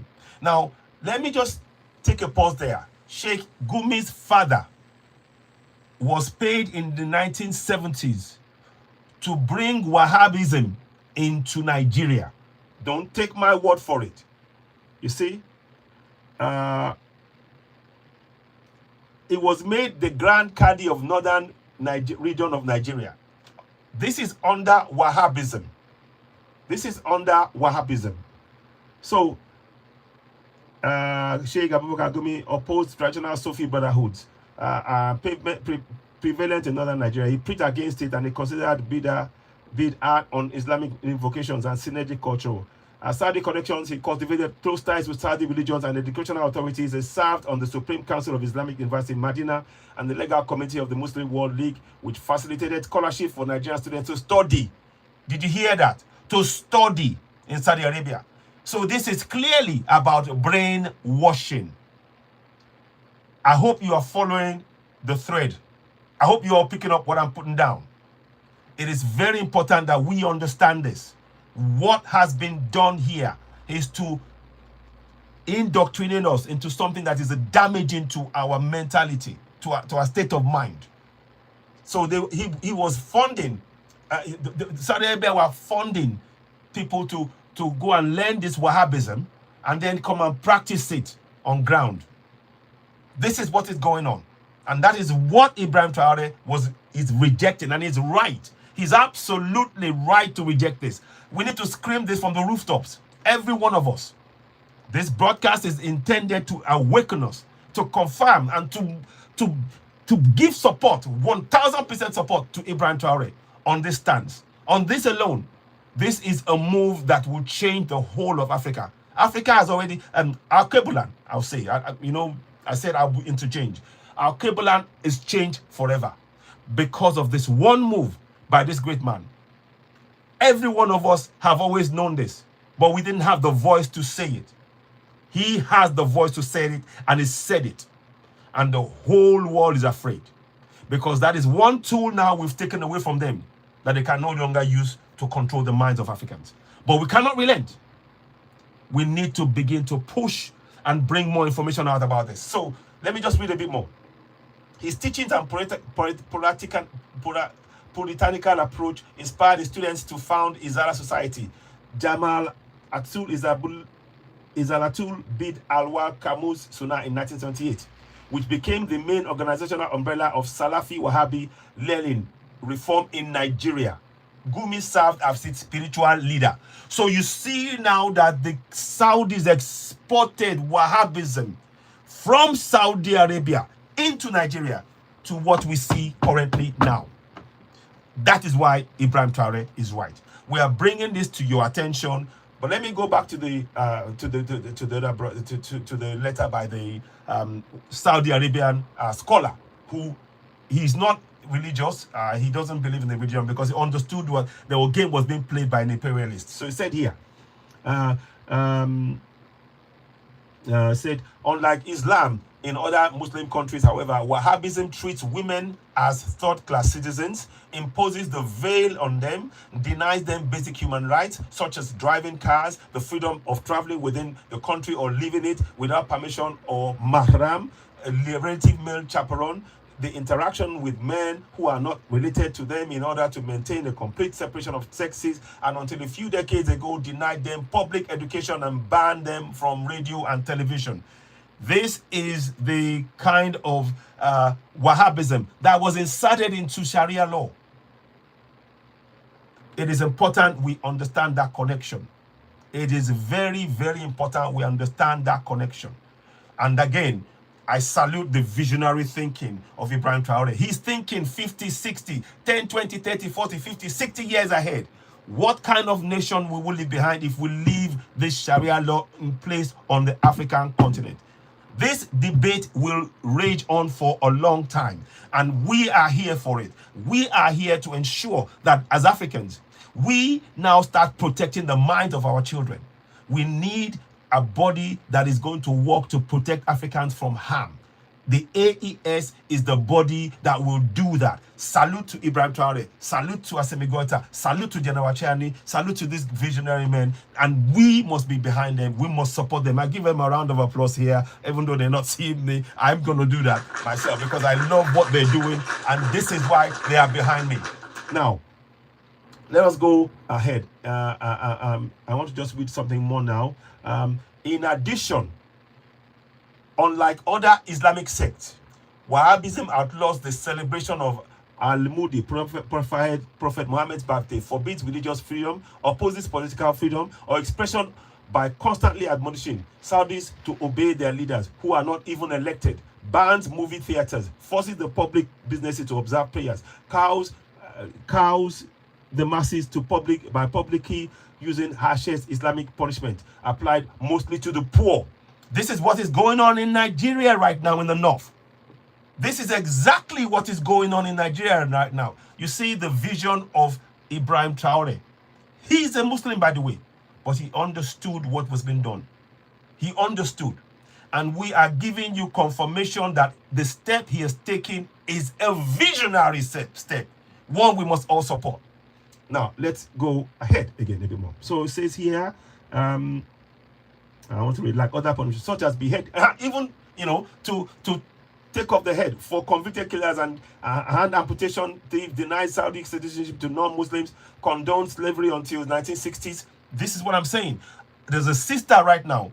Those of you watching me, please, if you can, I'd like you to donate. I'm going to put the link up. There is a sister right now. There's many people in many Arab countries. Black Africans are enslaved. They're working as house helps, might be even being used for whatever, and their passports taken away. And this lady, let me see if I can find that picture for you quickly and show you. I'd love you to go and donate to her. Let me go. I'll get the good. Let me just quickly do something. 1 second. I just want to pause because I remember that now, and I wanted to bring that to you. If you can, donate to her to help. I'll give you the. Let me see if I can find the GoFundMe. It is ongoing right now. I'm just gonna pause this for a minute because it is important, because these Saudis promote enslavement of people under this Wahhabism. They justify it, and yet we as Africans, we are going and saying we are going to support something that is enslaving us. What kind of mentality is this? We need to wake up. That is why visionary leaders, when they speak, we have to consider what they're saying. Do our own research. Don't take my word for it. You've got the document here. Do research yourself. Let's have a debate about this. Let's make sure that we enlighten ourselves. We raise awareness in our community to stop accepting things that are harming us. We have to stop accepting it into our communities. GoFundMe. 1 second, please. So let me, in the vein of that, I'm showing you this lady here. She's still She's still in Egypt right now. She's in Egypt. Let me see if I can find no, I don't want that. Go from, yeah. Sorry, what am I doing? Yeah, there we go. So you'll see it come up in a minute. But I'm just going to pause that reading. I wanted you to just see that because it's very important. Talked about, you know, offing somebody's head, cut, you know, amputations, you know, enslavement, all of these things. And this is the place. Tell me, which part of that is holy? I don't understand why people are going to this place when they are promoting this against you. That's what I don't understand. I need to understand why people are keen to go and go to this kind of thing. I can't find it. Sorry, it's not allowing. It's not loading up just now. I will show you anyway. I'll show you as I go along. But you can see. Let me read that bit again. It says here, and condoned slavery until 1960s. Wahhabism also abolished smoking, singing, dancing to ensure all compliance in stand on the other ordinances. The Wahhabi Committee for Propagation of Virtue, Prevention and Vice, with its religious police, keeps a watchful eye on the Saudi public. Well, that is what has been exported into Nigeria.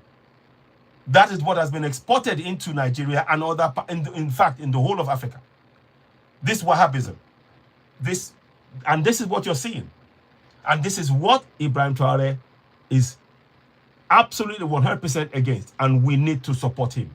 I hope everybody watching here is taking note of what I'm saying, and you can replay this back. It is of immense importance that we do so. Now,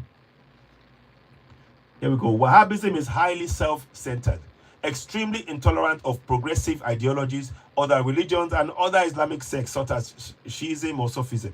It despises Arab nationalism with a great deal of passion, yet it promotes Saudi nationalism, despite the fact that any nationalism is considered a violation of Islamic theology due to the concept of Islamic Ummah, nation.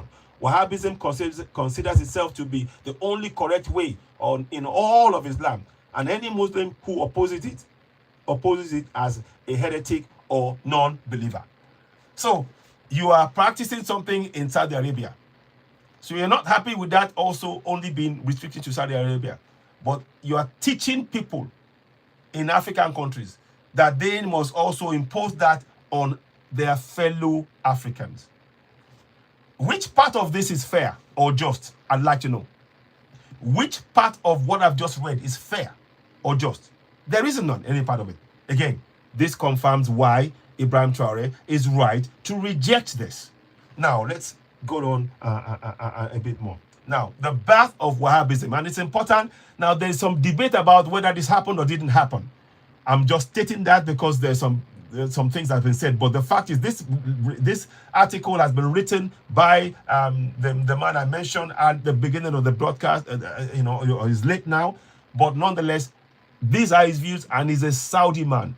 And from that point of view, we are going to read this because Saudi Arabia has been using Wahhabism to have a massive effect on the development of Africa. And for that reason, we must ensure that we do no longer allow this to happen on the African continent. This is an African-wide problem that this Wahhabism has brought about. That's why and you will see the connection shortly between Wahhabism and the colonials, because he'll be talking about it here. But have a listen. Here we go. Wahhabism was born in the middle of the 18th century in the sleepy desert village of Diriyah, located in the Arabian Peninsula, central of Najd. The Wahhabi sect derives its name from the name of its founder, Muhammad ibn Abdul Wahhab, 1703 to 1792, I think it is. Born in Najd, small desert village of Uyanya, Ibn Abdul Wahhab was a zealot preacher who married a total of 20 wives, no more than 4 at a time, had 18 children before becoming a preacher. However, Ibn Abdul Wahhab traveled extensively for years for business, pleasure, and education to Hijaz, Egypt, Syria, Iraq, Iran, and India. Although Ibn Abdul Wahhab is considered to be the father of Wahhabism, was actually the British who initially impregnated him with the ideas of Wahhabism and made him its leader for their own sinister purposes to destroy Islam and Muslim Ottoman Empire. So you can see now there's a tussle between whether or not it's true, but that is his view. And this, you can see the picture of what has been going on. The British spy, from which the following 2 paragraphs are drawn. he gives instances of why he has come to this conclusion. You can recite that yourself, but I'm bringing it to our attention as a whole. Here we go. Okay. While in Basra, these are his excerpts. Iraq, young Ibn Abdul Wahab fell under the influence and control of a British undercover spy named Hemfa, who was one of many spies sent by London to Muslim lands in order to destabilize Ottoman Empire and create conflicts among Muslims. Hemfa, who pretended to be Muslim, went by the name Muhammad. Did you see that? Did you catch that? Did you catch what happened there? I'm not going to read it again, but you can see. And cunningly established a long-term intimate friendship with Ibn Abdul Wahab. Hemfa, who showered Ibn Abdul Wahab with money and gifts, completely brainwashed him by convincing him that most Muslims should be Killed because they had dangerously violated the basic tenets of Islam by becoming heretics, polytheists. Hemfa also fabricated for him a wild dream in which he supposedly saw Prophet Muhammad kissing Ibn Abdul Wahab between the eyes, telling him, "You are the greatest," and asking him to be his deputy to save Islam from heretics and superstitions. Upon hearing Hemfa's dreams, Ibn Abdul Wahab was wild with joy and became more determined more than ever to assume the responsibility of establishing a new Islamic sect to purify and reform Islam. Are you picking up what I'm putting down? Are you picking up what I'm putting down? This is why Ibrahim Traore, a Muslim, is rejecting Sharia. Because Sharia under Wahhabism is the strictest form. You know, head, arms, you know, enslavement, everything. And yet, the people that is happening to the most, Africans, are the ones who are, they've been conditioned, they've been brainwashed to take this into their mind. We need to break that link. We have to break that link. And you can see the hand, you can see that the religion is a tool. You know, I said moments before that this religion is a tool. It's a tool in the hands of the colonials. They don't care who it hurts. Their objective, their agenda must be met. They will use whatever means. They don't believe in any religion. They are there for one goal: your resources, your land, and control. It's about control. So when you're saying you are practicing a religion of Islam, do you know what you're practicing now that you have this information? Likewise for Christianity, do you know? Because in Christianity, go ahead. Somebody wants to speak. Go ahead. You want to speak? Oh, they've gone off. Okay. All right. So let me just quickly read a bit more, then I'll come back. We may not finish all of this now, but I'm showing you this. Please take a screenshot of what you see on the screen and reread that again yourself, because this is an excerpt that this author read out, and it makes sense because they corrupted Islam for their own gain, you know, and that guy has now, and this is what we now have. This is where Wahhabism, the foundations of Wahhabism, as far as we can tell, is what you see in this broadcast right now. Okay, so now let us go further a bit more. Now, in his memoirs, Hemfa described Ibn Abdul as extremely unstable, extremely rude, morally depraved, and nervous, arrogant, ignorant. The British, who viewed Abdul Wahab as a typical fool, also arranged for him to have nikah, mut, a marriage for pure sex, with 2 British female undercover spies. You see that? The first was a Christian woman nicknamed Safia, who lived with him in Basra, as well as the Ishafan, Iran. The other was Jewish, nicknamed Asiya, and married to him in Shiraz, Iran. We are just giving you, this is account according to his account, and the books are out there. I'll see if I can name there are books that he's written, this author. Let me see if I can find, let me show you a picture, so people don't think I'm making this up. That's the author, Abdul Muhammad Sinde, PhD, International Relations. So he has a PhD. So before anybody comes and says, Citizen AY is spreading rumors, I am giving you details to back up evidences of what I'm saying. I don't just come and I do research. Please, as you're watching, let's take a minute. Please subscribe to Citizen AY on YouTube. Help us reach more people. It is really, really important. KB Cole, do you want to say something? Go ahead. Let's hear from you. Yeah, just the case of this Wahhabi you are talking about. Not that you are making it up. Wahhabi is not even a part of a religion. People don't know. I don't know whether Africans, they don't know that. Wahhabis are the first people to betray Islam. Many people, these people in Africa, they are going to Saudi Arabia, calling themselves, we are Wahhabi. Wahhabi is just like if you say Yoruba in Nigeria or Bini or Mandinka in Mali, or it's a tribe. It's a tribe. It's only a tribe. It's not like a exactly. People, I don't know, Africans, sometimes we are, what's the problem? What is our problem? These people, these Wahhabis are the one who betray Islam. Before the Caliph from Turkey, the Ottomans, are the one responsible for the Muslim stuffs. These people, there is a movie called The Lawrence of Arabia. Yeah, I've seen. Maybe there's a movie we used to looking at it. We see this white man. Yeah, I saw it. Yes. That movie is the perfect example of how the Wahhabis betray Islam. Because with that white man from England is a MIS, I don't know, went to Arabia, told this Arabian, the prophet is from you people. Why would you let the Ottoman, the Mongolians rule over you?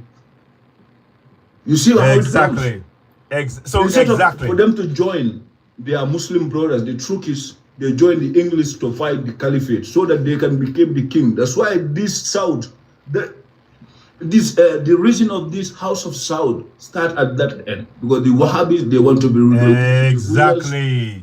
That was what I was. So when you look at Saudi Arabia, you now begin to understand how that came about. Yeah, it was not. Saudi Arabia was not even there in the time of Prophet Muhammad sallallahu alaihi wasallam. Was not even there. It was not there. These Wahhabis and these Sharia things is only to destabilize the Muslim countries, so that the king of South can continue ruling, giving the wealth of Muslim to European, to warmongers in Washington DC and Europe, and that's it. That's the only thing. That's exactly the point. So I hope many people who are following the religion just can understand that this is a tool. It is a tool. It is simply a tool, and that goes for Christianity as well. Please don't think I'm just. Yeah. This goes for Christianity as well. Christianity, like Leopold of Belgium, the same thing he told the priests who come to Africa, told them, don't take them religion. Go there for what you want. Yeah. Thank you, Vivian. That's the same thing. So, but they see that this African man never Thank rebel. You, Vivian, he is afraid to die. That's why he don't rebel for his justice. You can go to him, you lie to him, he will follow you. You take all his belongings. His children will be suffer, generation to generation. They will not gain any respect in this world. They know it's our fault. I don't blame. So it's our fault. So this is why. So this is even more reason why we need to support Ibrahim Traore now, because we now know that this is a fraud. We should have nothing. We should have nothing to do with the Saudis, particularly on the African continent. We should, or Wahhabism. Yeah. All of this should be banned off the African. They should be completely banned. Never even to hear a peep from them on the African continent. I will take a little example. I will give to people. Okay, if Muslim is a brother to another Muslim, why these Gulf states don't support Iran? They are helping Israel and America to bomb Iran. We have to ask each other. Yeah, exactly. Exactly. Why? Very good question. Okay. Okay, thank you very much for that. For your comments just there. Let me make a little bit more progress and I'll come back to you. But thank you for what you just said. I really appreciate that. Thank you, Kebi Cole. And of course, you're welcome to interject a little bit more again. I'll just make a little bit more progress and I'll come back. Thank you. Okay, so you've heard it there now. Please, Africans, Wahhabism is not even a thing. It is not part of your so-called religion, but they are using it to control you. I don't want you to have any idea. The reason I'm not here to debate or say one religion is right. I'm saying both Islam and Christianity are being used as a tool. And we have to understand that as Africans. Now, you can practice whatever you want to practice, but have the clear knowledge that others have they have reasons why they are asking you to follow them. They are having reasons. For example, did you know, I think maybe if you had it, did you know that the King James version the King James version of the Bible is copyrighted by the royal the royal family in UK? They own the copyrights to the King James version of the Bible. So these are things that is worth discussing. Yeah. Linda, don't go away. Don't go. Okay. Well, I'll leave out. Okay, that's fine, Linda. I'll come back to you later. I'll call you in a bit. But I just wanted to just bring this to your attention. So now the other thing I will just say, although many people, so it says here, I'll just read this a bit. Although many people oppose Ibn Abdul Wahhab's rigid teachings and actions, including his own father and brother Sulaiman, who are both religious scholars, British undercover spies and money succeeded in cajoling an insignificant Dar Sheikh Mohammed Al Saud to support him. In 1744, Al Saud joined forces with Ibn al-Wahhab by forging a political, religious, and marital alliance with this union between them and their families, which is still in existence today. Wahhabism as a religious or political movement was born by this joint venture. Each head of the Al Saud house or family assumed the position of a Wahhabi imam, religious leader, while each head of the Wahhabi family was guaranteed control over religious interpretation. In Ghana, people, not by means of knowledge and persuasion, but by pure violence, bloodshed, and terror, spread Wahhabism in the Arabian Peninsula. As a result of the 1744 Saudi Wahhabi alliance, a small Bedouin army was established with the help of British undercover spies who provided with money, weapons, and in this time, army grew into a major menace that eventually terrorized entire Arab Peninsula up to Damascus and caused one of the worst fitna, violence, civil strife in the history of Islam. In this process, the army was able to viciously conquer most of Arabian Peninsula and create the first Saudi Wahhabi state. I'll stop there now. I'm not going to read any more of that. I'll stop there. Let me see if I can bring Linda back, because I don't want to go.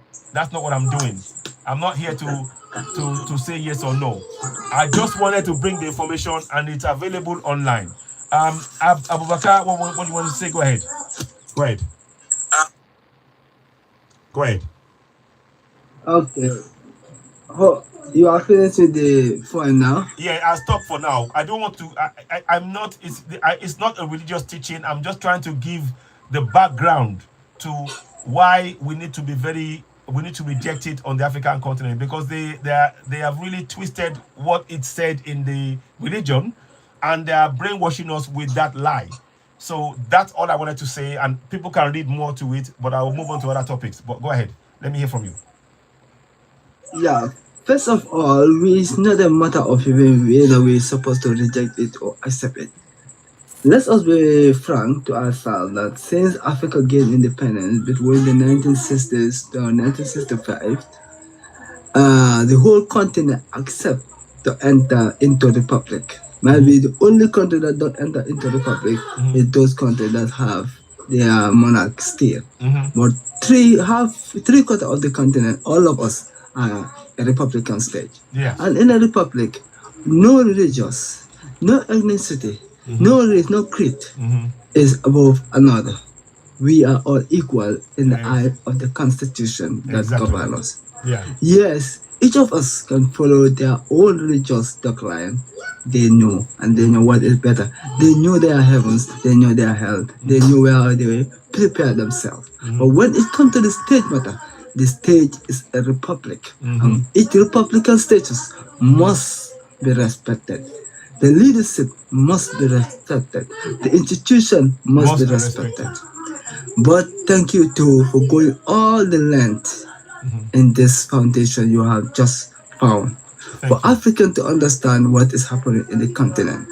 Many will accuse the Muslim this, the Muslim are not good, the Muslim is not a good religious. And upon all this, is only one set in the Muslim community which is causing all this atrocity.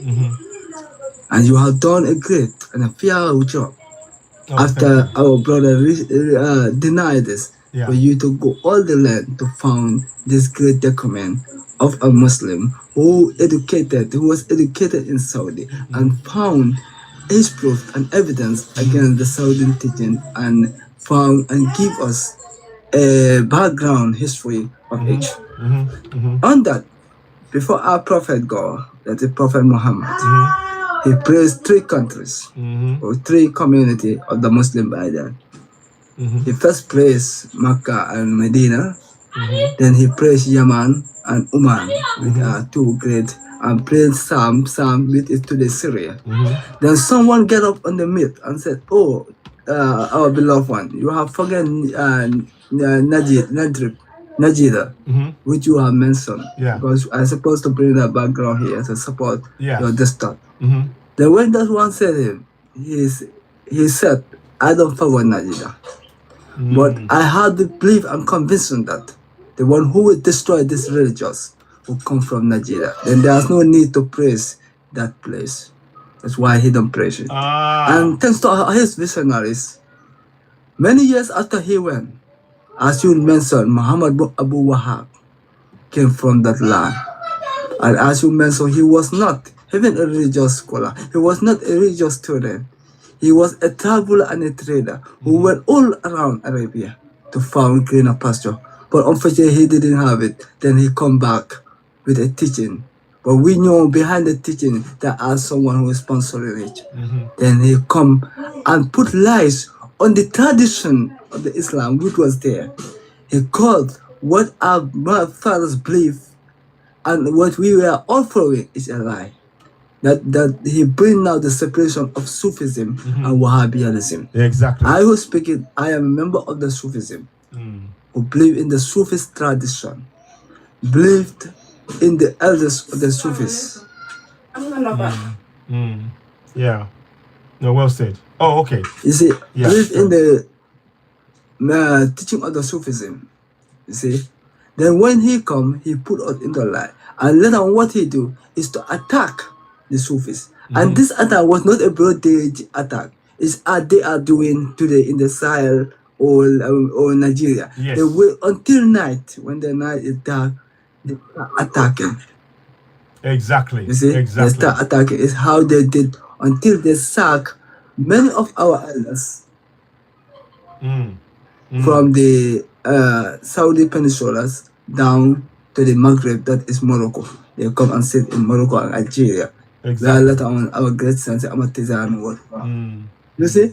And this continues until they do the Sufism and so on. Yeah. Their teaching is only based in what eternal right and pretty fair. Exactly. Exactly. You see? No, thank you. No. Yeah. Thank you so much. Teaching. Thank you. We are so mindful of them. We understand what they are doing. Oh, thank you. Thank you so much. Thank you. I appreciate that, Abubakar. And a round of applause to you and to Kebil as well. So now I hope people can go forward now in the knowledge that Ibrahim Traore knows exactly what he's doing. Number one, he's a Muslim. Number two, he's a leader of a nation. Not just any nation, the land of the upright man. And the power of the land of Alkebulan is stronger in him than just following blindly any religion. And that land is what is directing his actions to wake us up that no more are we going to follow all of these foreign religions that is doing us harm. So we need to learn. There's a lesson for us all in that.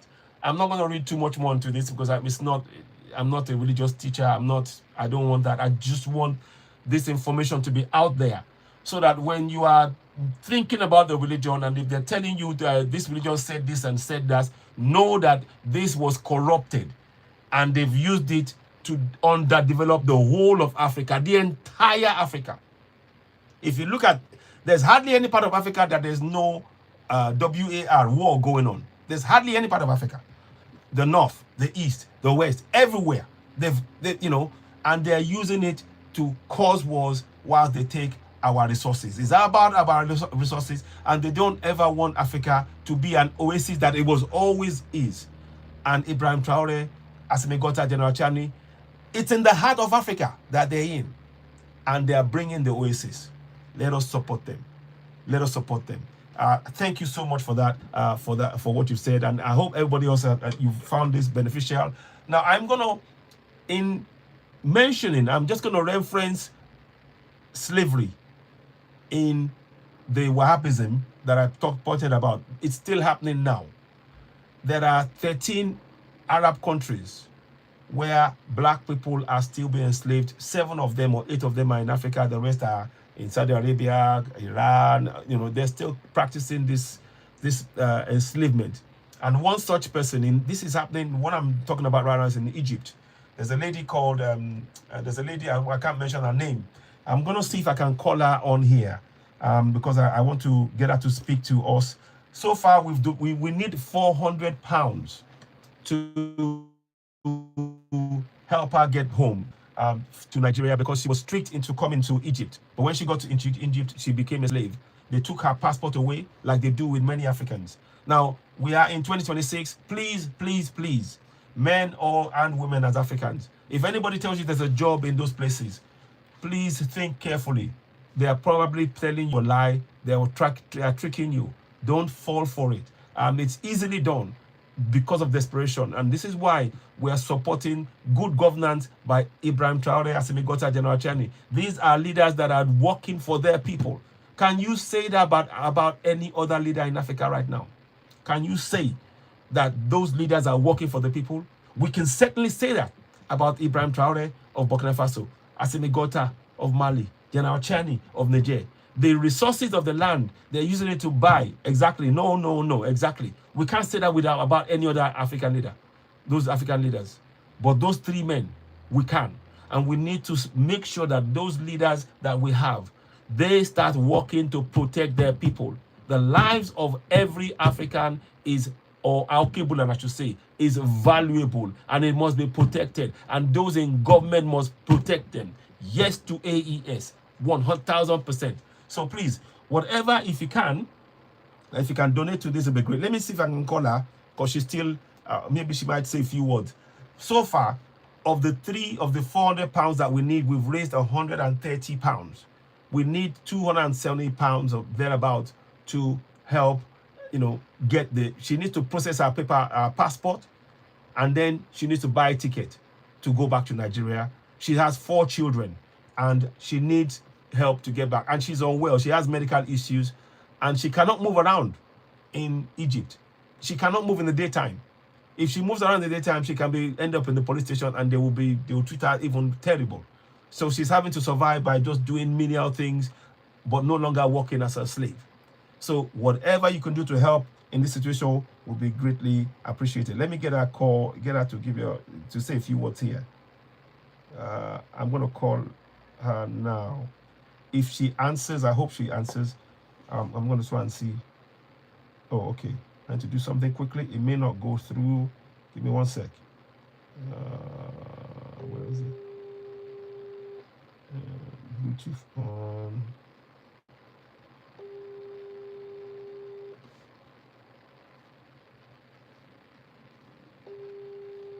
Give me 1 sec. I'll call her back in a minute. Let me just do something. I just want to check. So please, as you're watching, as ever, you know what to do. Thank you for those of you who are watching us on TikTok right now. Go and subscribe to my YouTube platform and help us grow the platform. We really appreciate you. I'm just trying to get this thing connected so that she can come back again. Okay, I'm going to try and get that going. I don't want to forget it. I need to connect it. So thank you so much. Those of you who are on YouTube, who have been following, don't forget, as you're watching, every single person, give us a thumbs up. The more thumbs up you give us, the more it will reach more people, and they can actually help us in getting this information out there, so that we can really, get a lot of things done. So I need your support. So I'm going to try and give her a call again to see if she picks up the phone. I'm calling her right now, and hopefully she can answer. So we need support. Yes, hopefully many of us will not fall for that kind of thing again. So let me see. Let me just run. So here we go. I'm going to try and get her to talk if she can. So here we go. I'm just calling her. She may be able to talk. Light the shadow. Okay. So I'll get somebody else to chip in. So please, we support Ibrahim Traore 1000%. I'm just waiting to see her. Hi there. Hello and welcome. Light the shadow. Welcome. What would you like to say? Welcome. Hello. Hello. Hello, light the shadow. Can you hear me? Hello, light. Hello, light the shadow. Yes, sir. Yes, sir. Yeah, go You can still, yeah. I can hear you, sir. Yeah. But you can still be talking. Okay. Okay. Okay. Thank you. Thank you. All right. So I'm trying to call her. She's not answering. Oops, sorry. I've muted her. I'm trying to call her, but she's not answering. I think. Oh, hello. Are you there? Hello. Hello. Okay. Oh, we're having some network issues. Oh, shame. The network is very, very low. We're trying to contact her in Egypt, and the number is Egyptian number. The network can be a bit off sometimes. Oh, it's a shame. So I've just tried to call her now, but it is not quite. Let me come out of this one completely. Give me 1 sec. I'm going to try and do this. Maybe that's what it is. We'll try one more time. Try one more time. Let's try one more time. So I'm trying to.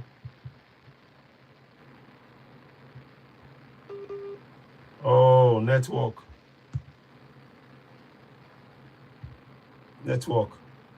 We're having network issues. So she is in Egypt right now. We've raised 130 pounds. As you can see on the screen, those of you on TikTok, you can see on the screen that we've raised 130 pounds. We need 400 pounds. And I want to say a special thank you to Deborah, to Bosede, Mary Ojo, Vera Okotie for the donation. So whatever you can give, 10 pounds, 5 pounds, 2 pounds, 1 pound, anything you can to go to the GoFundMe to raise that. And those funds will go straight to her to be able to process her passport, because once they take your passport from you, you have to go and reprocess it again to get it cleared for you to just for the trip. And it's a one-way trip. The passport processing is for her to be able to get her passport back and then get on the plane and get out of Egypt back to Nigeria. So then processing of that, and then the cost of flight. I'm not quite sure. It's in something like 300,000 or something, which equates to something about that's why we're asking for some of the money for the processing and then the rest of the money for the passport. So as you're watching, I'll put the link up for that here on YouTube. I'll put the link in. So if you wish to donate to that, I'd be very, very grateful. You'll be doing a favor. But as you can see, one of the things that we've been talking about here is Africans, we need to really wake up. We don't need to be rushing to other parts of the world, because Africa literally is an oasis. And for so long, they've tried to keep us in the dark. They've tried to keep us from knowing what we truly are and the greatness that we possess. But now the jig is up and we need to make the change. Let us get behind Ibrahim Traore solidly, 1000%, not even a question. I don't want to hear anybody coming to question the actions of, you can question, don't get me wrong, but with reason. And if you have an alternative, please bring the alternative with clear suggestions, not a blind statement of, this should be like this, I'm not there, I don't agree with that nonsense. We don't want to hear that. We need you to be actually looking at, clear ideas to counter or to challenge the ideas that Ibrahim Traore, the visionary, has brought forward, and it impacts. This is how you know a great man, when a great man speaks and he makes a statement, before they make a statement, you guarantee that they've done extensive research. They don't just come and just say, oh, I'm doing this. They think, they consider, they look at, they seek counsel, so that when they speak, their words carry weight. It carries weight into the entire world. And then suddenly, guess what? The whole of Africa now, we're now looking at and listening to what it's saying. France has underdeveloped the entire Sahel. Those 3 countries, they did not have gold in their bank reserves sufficiently. Now, with them taking over, the guy, the guy, with them taking over the godliness, Amina Koroma, you'd have to ask him. I mean, I don't have that. All I know is that he's a Muslim. So that will give you a guide. I can only answer. Somebody on YouTube said, does Ibrahim Traore have any direction towards godliness? I can't answer that. But what I can tell you is that, judging by his answer, that is by him. Let me answer to him. Yeah, go ahead. Go ahead, Abubakar. Go ahead. Yeah, thank you. That name, that sister or brother of us in YouTube. Yeah. For your great contribution. You say whether he have any godliness. Godliness is not above having the love of country and love of people, and ready to do everything to develop people. Oh. No, network is getting in the way of what you're saying. We can't hear you fully. Say that again, please. Could you say that again? Could you say that again? The network was getting in the way because we didn't hear half of what you said. Can you talk about the godliness? Go say that from beginning again, please. Go ahead. Okay. Yeah, thank you once again, and thanks the one us who asked that question, whether our comrade Ibrahim Traore have any godliness. My answer to that is that godliness is not above having the love of country and love of people, and doing everything to develop both country and people, to make country and people among the best of the list of the world. Today, everyone is talking about Burkina Faso or Ibrahim Traore because of the amount of development and the amount of readiness and yeah. Oh, network. As a leader, he said we are all servants. Both Christian and Muslim will quote on that. We are all servants, and God will ask us how we raised or how we hide ourselves.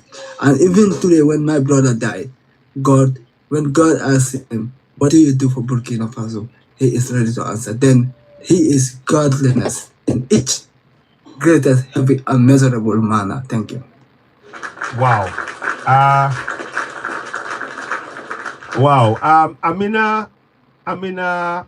Aminata Koroma on YouTube. I hope you had the answer given by our brother Abubakar on TikTok.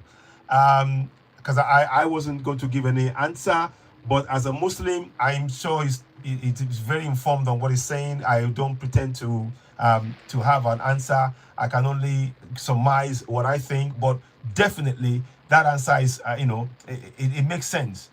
Because when the further time comes and long, that may that be long in the future, because we need Ibrahim Traore right now in Africa for years upon years, for the next 20, 30, 40, 50 years. We need him to be the guy, to be there. We need him in leadership in Burkina Faso for as long as he wants, and then the people who are going to build the people, the platform, around him, that will bring the next leader that will continue in the same vein of Ibrahim Traore, Asimegota General Chani. We need to see the expansion of the Alliance of Sahel States across the whole of Africa, because this is our time on the continent. We can no longer accept anybody telling us about how we should do things on the African continent. We, the people, of Africa must and our Alkebulan must decide our own future. Our future must not lie in the hands of those who are outside, those who are not part of our continent, those who are foreign to our continent. We must decide our future, and that is why. How many times have you seen Ibrahim Traore go away to on holiday to other countries outside of Africa? No way, you will never see that. He is about building Burkina Faso and the entire Alkebulan. Okay, we'll say Africa, but I really don't want to be using the words of those who colonized us. We need to rename ourselves, take control. We need our own platforms. We need our own radio stations. We need our own media. We need our own social media platforms. We need to run everything ourselves. We need to build our roads, to build our schools, our hospitals, to farm our land, to mine our gold, our diamond, everything. We must do it all ourselves on the continent, and there's nothing stopping us to do it. And we mustn't allow anybody to come and tell us stories about, oh, we can do it better and all of this stuff. No, we are the beginning of everything. All of the stuff that they need is on our continent, and we must take control on that continent. So I am fully for what you're saying. And so when the time comes, like you said, maybe that will be long in the future. It will be very, very, the answer can be given confidently by Ibrahim Traore and those who work with him, that this is what we did, that kind of thing. Omoyo, let me bring them in. So I hope that answers your question, the lady Amina Kat. Okay, Amina Katarina, you're very welcome, and thank you for that question. It's a very interesting question. To be honest, when you asked me that, I was thinking, I'm not too sure how to go about this, but it gave us the opportunity for others to contribute to that. So thank you for that question, and we really do like it. Yeah, you're welcome, Aminata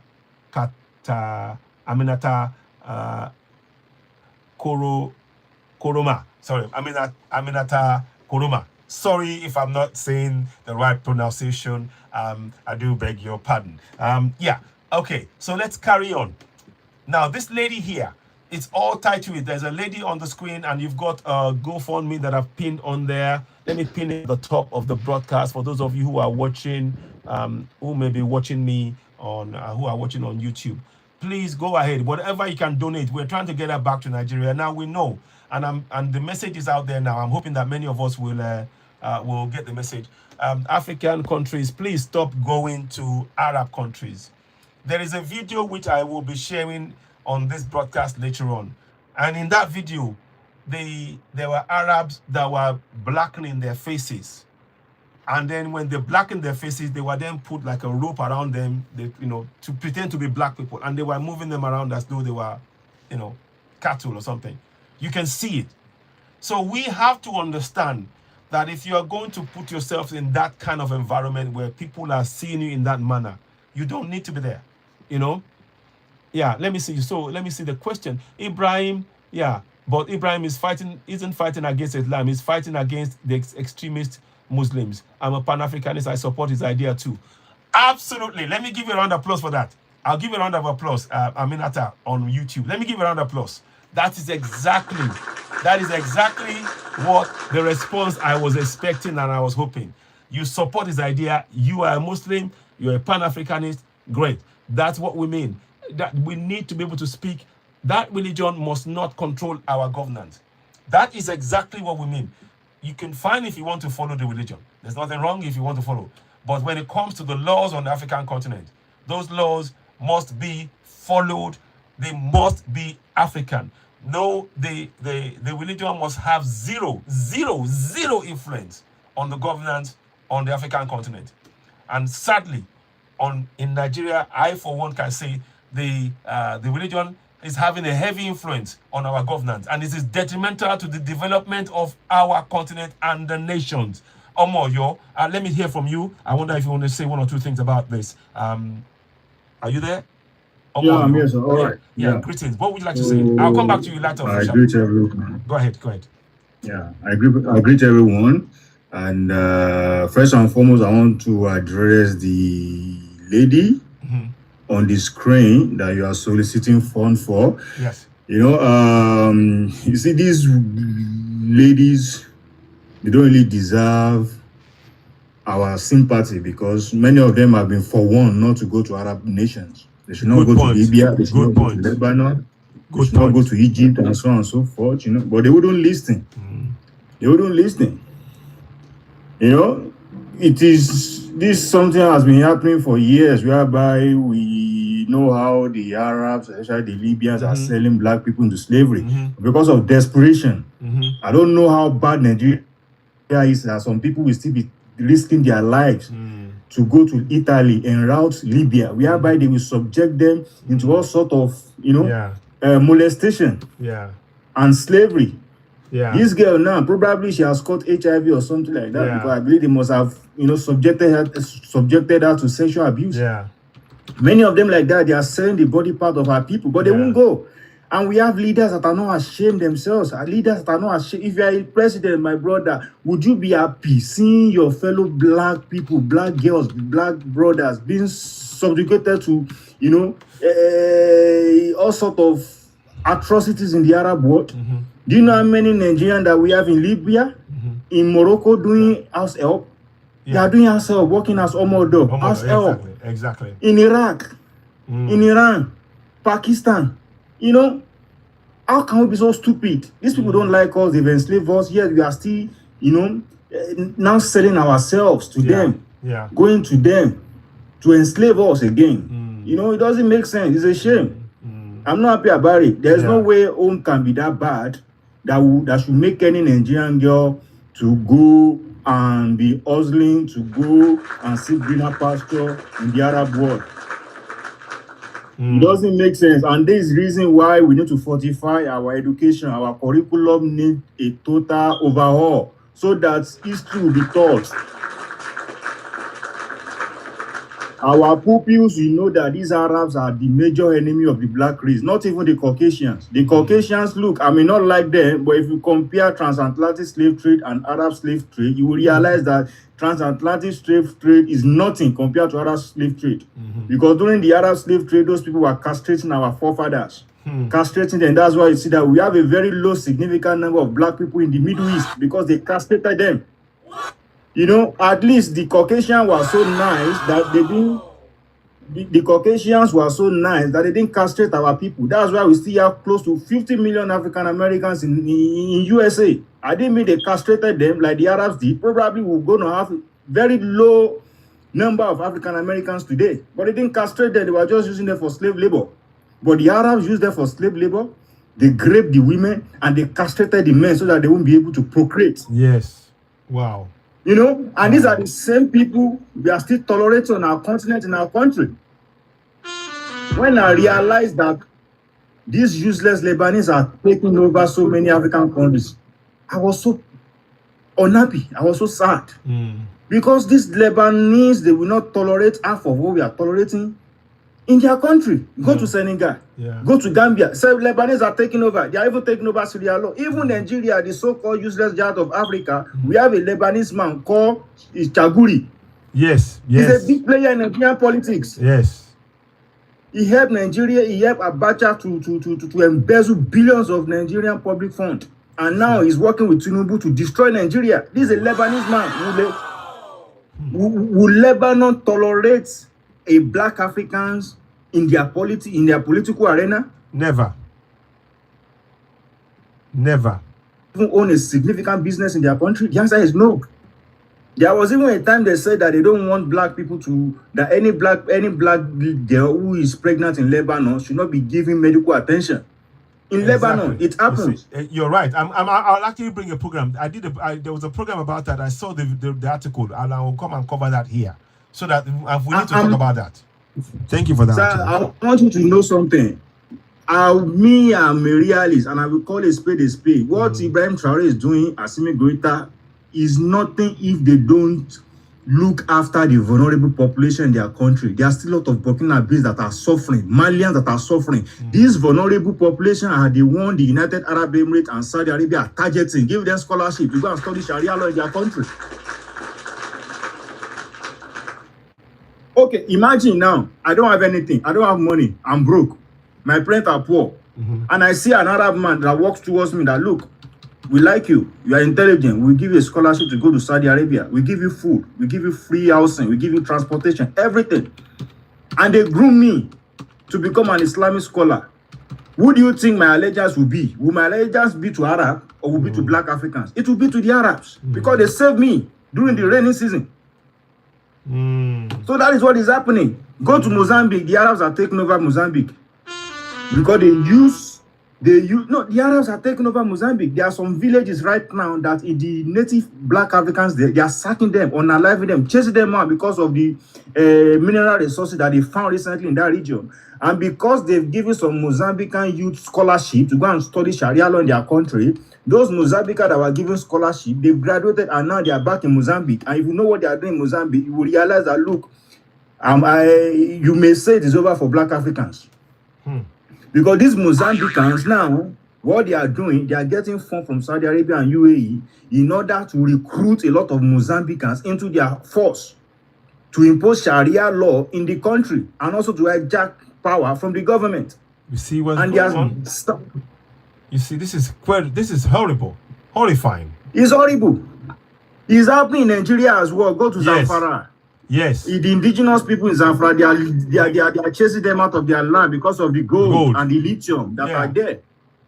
And the Shua Arabs, they are working with the Fulanis and the Arabs in order to destroy the Black indigenous. And I want to say something finally that you see in law, there's what we call consequences for action. Yes. There are some tribes among the black tribes that are working with the Arabs. The Arabs see them as their ally in order to destroy the Black race. And that tribe is the Fulani tribe. If they are not dealt with mercilessly, forget about whether we have 10% of Fulani that are good. 80% of them are Arabized. Yes. If they are not taught a lesson, they will be used to destroy the Black race, just as they are doing presently. You see the way they are trying to give Ibrahim Traore a bad name that all his action is targeted against the Fulanis. They are just playing victim card. They are. They are working with the Arabs. They are working with the Tuaregs. In order for Arabs to expand into West Africa. We have to reject. So if we don't resist them, if we don't teach them a lesson, you will see what will happen to the Black race in the next 50 years from now. Thank you. Wow. Thank you very much. Sober reflection. I thank you. Thank you, my brother, for those comments. That's a very sober reflection that we have to reflect on what you just said now. The fact that, particularly certainly in Nigeria and the likes of that, even in Niger, even Mali, and the Fulanis are very, very. They've been a tool of oppression, working with these Arabs, even northern Mali as well, and we need to, like you said, this has to be something that we as Africans have to deal with, because they are putting the future of a tranquil and a prosperous Africa in jeopardy because of the people that they're colluding with. And as we've stated before, this Wahhabism that the Saudis are putting is about using it to actually work with the colonials and extract our resources and take over people's land. And as Africans, when you're saying you're following a religion, you have to understand that religion is being used as a way to exterminate your coming generations. And that is something that we cannot allow to stand. We really have to address that. So thank you for bringing this very salient and important point to the discussion, and it's something that I've been trying to look at the way to talk about, and we need to have more discussions about this. The Fulanis have got to they've got to be made to understand. The 10% Fulanis have got to be made to understand that the 90% that they've been quietly sort of looking away from is a danger to themselves. They have to really, we as nations in Africa, we need to deal with this unequivocally. Sir, there's something I want to correct. It is 90% that are loyal, that are paying homage and allegiance to the Arabs. Yes, and the reason why they are doing so is because they see that they believe they have phenotype you understand, Yes. of these Arabs. Yes. They are narrow head, they are pointed nose, you understand? So they are even using it against us, that they are more superior to us. Exactly. You understand? So that's why we need to also be projecting our own superiority over indeed. these people and deal with them. If it is possible, Mercilessly. genocide against them. Look, No, if well, we no, don't no, deal no, with them, they will ruin our race. Yeah, that's the fact. We have to reject everything that we have to be unequivocal. What they're doing to our farmers and our communities is unspeakable, and they have to be confronted where they're doing that. And I fully agree with that. You know, and I think this is where that discussion needs to be happening on a regular basis. That we cannot allow those who are working with those who are intent on taking our resources and taking our land. We cannot allow them to be on our land. We need to confront this menace head on, and more work needs to be done by our government on this. Let me quickly light the shadow. Did you want to say something, or are you just listening?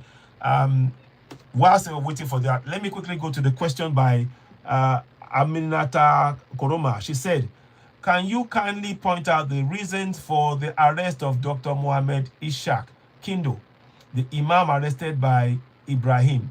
Now, I don't know anybody, does anybody have that information? I have a scant information. My understanding was that Dr. Mohammed Ishaq Kindo was preaching Wahhabism. He was talking about that the government must follow Wahhabism and all of that, and he was really trying to spread that in the communities. And there was a video that I saw of one imam running, and the military went to catch him.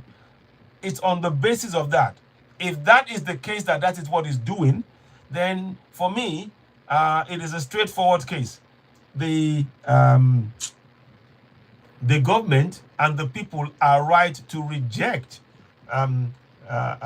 Sharia law and the practice of those who have gone to learn Sharia law and then try to bring it into, put it on the ground in our continent. Many people that go and go to Saudi Arabia under scholarship, coming back, you've heard about Mozambique just now, like Omo, you just said now. You heard about Mozambique. What they're doing is when they go and teach those things, it's like they are corrupting their minds. And then they come out and start carrying out,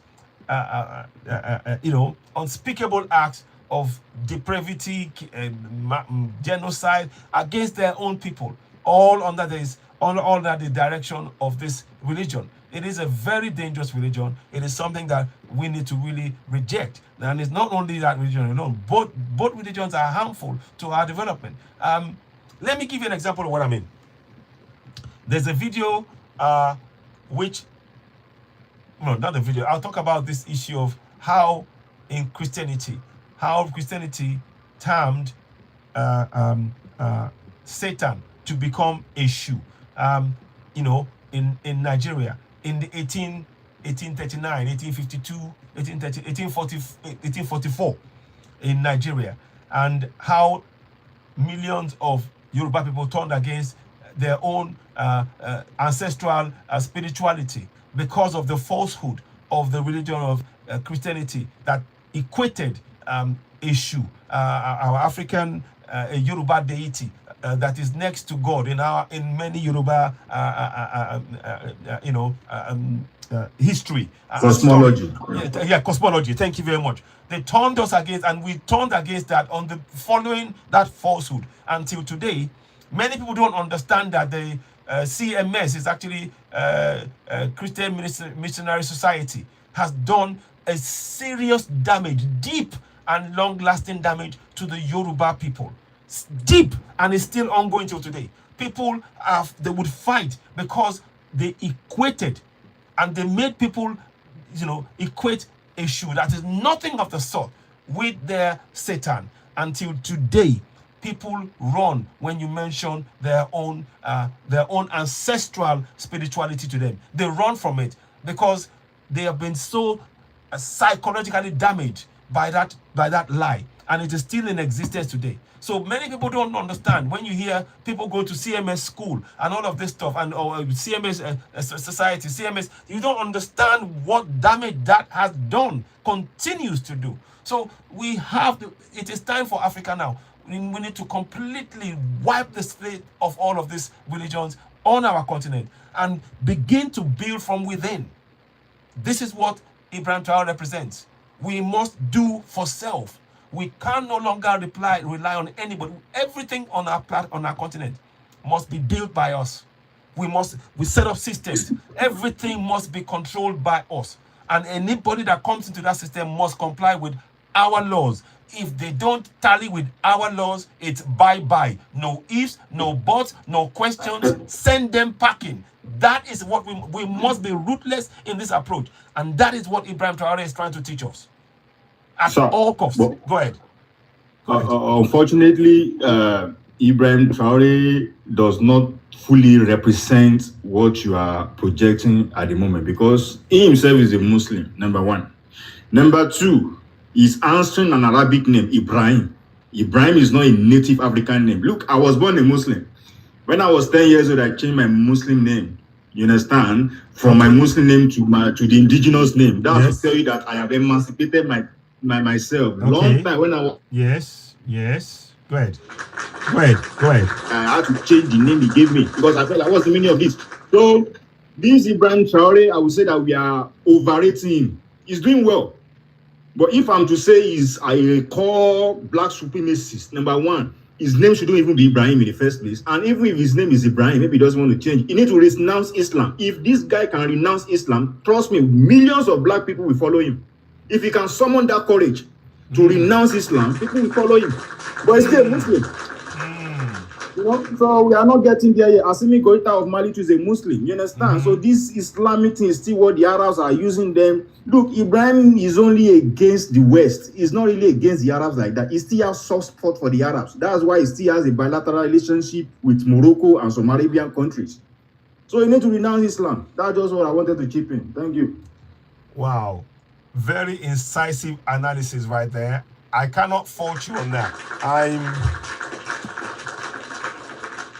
I cannot fault your assessment there right now. Yes, will he, the only thing I can say is that I don't think many of us saw it coming that he would ever stand against Sharia law. I didn't see it coming. I thought he would look the other way or something, or just trying to come to a happy medium. But he's been unequivocal about Sharia law. And that is quite a statement, because Sharia law has been being used. And that is why the clerics in Africa are so afraid that he's done that, because that takes away their power.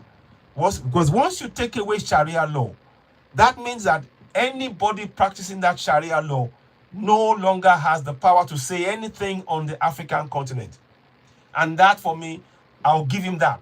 That means that he's started a process. Now, of course, myself, I would love to see him change his name to a properly, Alkebulan name, African name. I'm interchanging. Let's just say for now African name, but it's Alkebulan in my view. If he does that, then that is gradual. But I think, from what I can see, Ibrahim Traore takes his moves up, in a measured manner. Like I said, I did not expect that Ibrahim Traore would be telling us that Sharia law is not applicable in Burkina Faso. And that, for me, is a good start. But of course, if he were to suddenly say, I'm changing from henceforth, my name is, a Burkinabe name, nothing to do with Islam, that even confirms it yet more, So that, for me, is something. You have a very valid point that you raised there. And I'm hoping that by doing this discussion and having programs like this, we should ask questions of our leaders. So that question is, I suppose we can pose the question, will Ibrahim Traore go that next step and renounce the name, renounce Islam, based on the evidence of what Islam has done on the African continent? We can ask that question. That does not in any way diminish his great actions. It doesn't. But it is worth asking a question. From whom much is given, much is expected.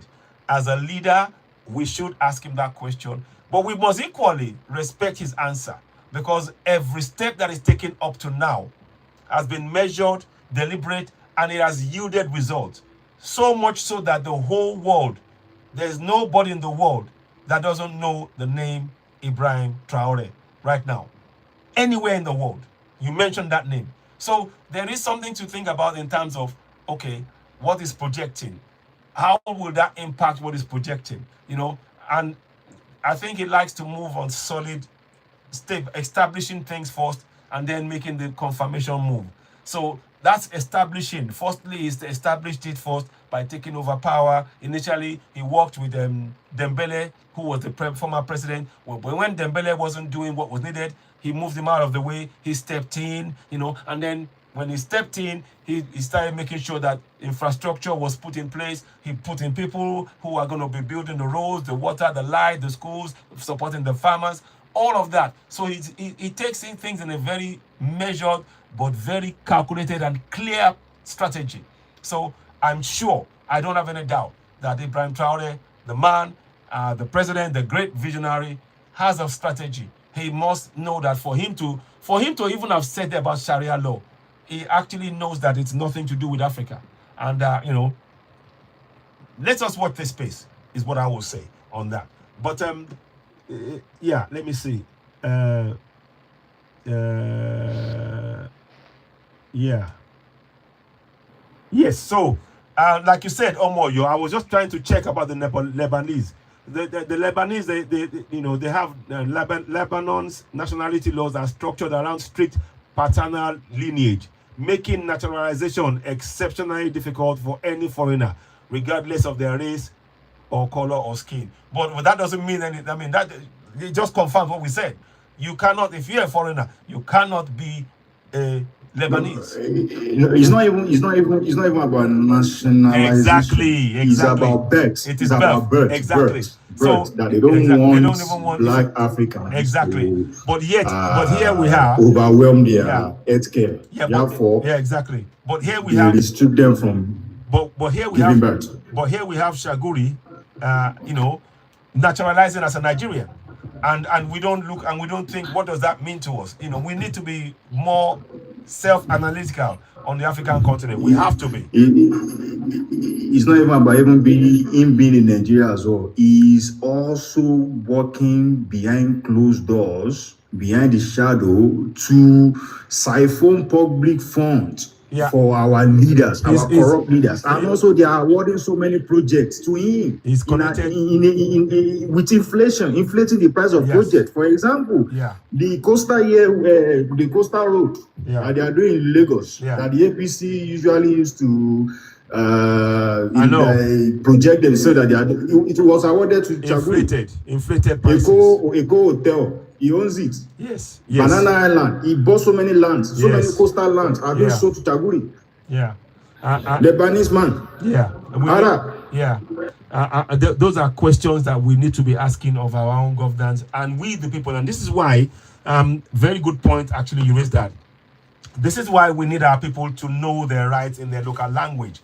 Because when you know it in your local language, the questions that we are asking now, why is a Lebanese having influence and getting contracts when local people are not able to get a job? It's a valid point. Now, it says it's a Nigerian, but that is, and it's Lebanese, you have to be Lebanese, not by lineage. You know, that clearly there's no lineage of him being a Nigerian. So this book here that you see, I'm just trying to show you, those of you who are on, let me see if I can move that a bit to the side here. This book here, this booklet is something I have done. It is called Ashe Ati Agbara Ati Anini Wilfin in Nigeria, near the Yoruba. And that booklet is designed to make our people know about their constitutional rights in their local language. So the language I just spoke now is Yoruba. This is aimed at getting information to 60 million Yoruba-speaking people in their local language. Now, we have it in PDF format. I will just go on the screen and show you quickly. On my platform, on my website, www.citizeny.org. I'll bring that up, and I want you to see it. And you can use that. And Oyo, my brother, Omoyo, you can do that as well. I see you're a passionate Yoruba man. And this is something that would be of great help to us. Because what we need is our people to know our rights in our language and how to use those rights. So, for example, this one here, it talks about section 14.2a in Nigerian language. And by the way, Omoyo, do you know the section 14.2a of the Nigerian Constitution in English? I don't even know it. Okay. No, I don't know. Okay, let me tell you. It says, the section 14.2a, it says that sovereignty belongs to the people of Nigeria, from whom the government, through this constitution, from which the government, through this constitution, derives all its powers and authority. That's what it says in the constitution. This is something that every citizen must know, because that means that you are a sovereign. That's what that word means. Sovereignty belongs to the people. That means that the people are the sovereigns and they have power over their governance. Now let us translate that to Yoruba language. In Yoruba language, in this book, which I've done, a booklet, Ashe Ati Agbara Ti Ani Ninu Way of Nigeria, Ni Ede Yoruba. Let me see if I can, I'm trying to get the picture up on this, let me see, can you get that? 1 second, yeah. So you can see it on there, Ashe Ati Agbara Ti Ani Ninu Way of Nigeria, Ni Ede Yoruba. So the translation of what I just said now, Omoyo, in Yoruba language is this: Abala kẹrìnlá ẹsẹ̀ kejì, a sọ pé ìjọba jẹ́ ti àwọn ènìyàn Nàìjíríà láti ọ̀dọ̀ oníṣèjọba nípasẹ̀ òfin orílẹ̀-èdè yìí ń gba gbogbo agbára àti àṣẹ rẹ̀. Now, that is a language that the people in the community, the Yorubas, in the villages, in the hinterlands, in the suburbs, they will understand that the power belongs to them because it has been explained to them in their language. That is what this is about. Getting that power to the communities for them to use those powers to begin to hold their governors to account. Furthermore, in the age of insecurity that we are in right now, in the Constitution of Nigeria, it says section 14.2b states that it shall be the primary purpose of government shall be provision of safety and security for the citizens of Nigeria. Section 14.2b states. And in Yoruba, it states, Abala kẹrìnlá ẹsẹ̀ kejì B, ààbò àti àlàáfíà ni yóò jẹ́ ìdí àkọ́kọ́ ti ìjọba. Now, again, because it is spoken in the Yoruba language, 60 million Yoruba people will know that the primary responsibility of government is to provide safety and security for their people. And you need it, light and shadow. Okay, I will send you the, look, just right now, light that shadow. I will show you right now. We are on my website. You can see on the screen, there's a website. You can download this, but I have hard copies. But I ask of all of you watching me, please go and subscribe to my platform on YouTube right now. It's important because we need to give these copies free of charge to every community in Yoruba land, in the villages. They need copies. They haven't got phones to be able, like you will have. But I will show you how to get the PDF file, and light that shadow. Sure, that's a good idea. Yeah. So exactly. So what I want to do, so we need this. So the best thing that you can do with this platform, for this platform, go and subscribe to my platform on YouTube right now. When you do that, I'll be giving you the link to it right now. Light the shadow. When you do that, we will be able to have funds to print this out in large quantities and going community by community, and we will get people in the community to be teaching each other about their rights. Because people know about the Bible, they know about the Quran, but they don't know the rights that they wish to use to hold their government accountable in their language. And that is detrimental to their development, such as we see across many African countries. So this is not just in Nigeria, but this is where we are starting. The plan and the aim is for all African countries to have their constitution in their local, in their mother tongue, so that the people can participate in that process from the get-go. That's the process. That's the plan. Now let me show you. So this is what you have here. Those of you, let me quickly do this. I want you to see it. So this is the booklet you can see in front of me, right? So, and that's the booklet here. I'm sorry if the picture is going a bit because I'm using a background, so it can go a bit now and then. So I'm building it up more. There's more of this booklet, but initially I have about a few copies. But what I want to do is I actually want to do more and then go on the communities and give it and teach. We will have like stakeholders within the community that will have this book. We will teach them how to teach this to people, and we need to teach people as children as young as 4 years old need this information. They need it. Now, let me show you how to go and get it online. Those of you who are online. So go to my website, www.citizenay.org. You can see it on the screen here. Now, click on this. It says, download the key sections of the 99 Constitution into Yoruba language here. Translated into Yoruba language here. I'll update that. So all you simply do is click on this one. When you click on that, what will happen is it will bring it up. And you can just click download. Let me see. You can just click download. Oh, I wonder. Could you not do? You must be, yes. So you can download that from here. So you can just click on that and you can download it and you can save it onto your files. You see that? So this is it. So my brother that was asking, Light Shadow, I'm going to quickly give him that information. So let me just go here. Reply him quickly before it goes. Reply, go to www.citizenay.org. So Omoyo, are you still there? Can you see what I'm doing? Are you seeing it, Omoyo? Yeah, I'm seeing it. Okay, good. So now, this is the PDF. Now you can do the same thing and download that right on the website. It's on there for free right now. Please, could you share the website? Yes, I'll share. You can send it so that we can copy it. Okay, I'll do it. I'll put it on the screen. Let me do this. How can I do this now? I'm going to do that to you. It's on the page. Okay. Let me do this. You can see it. I'll type it here, www.citizenay.org. So you'll see it.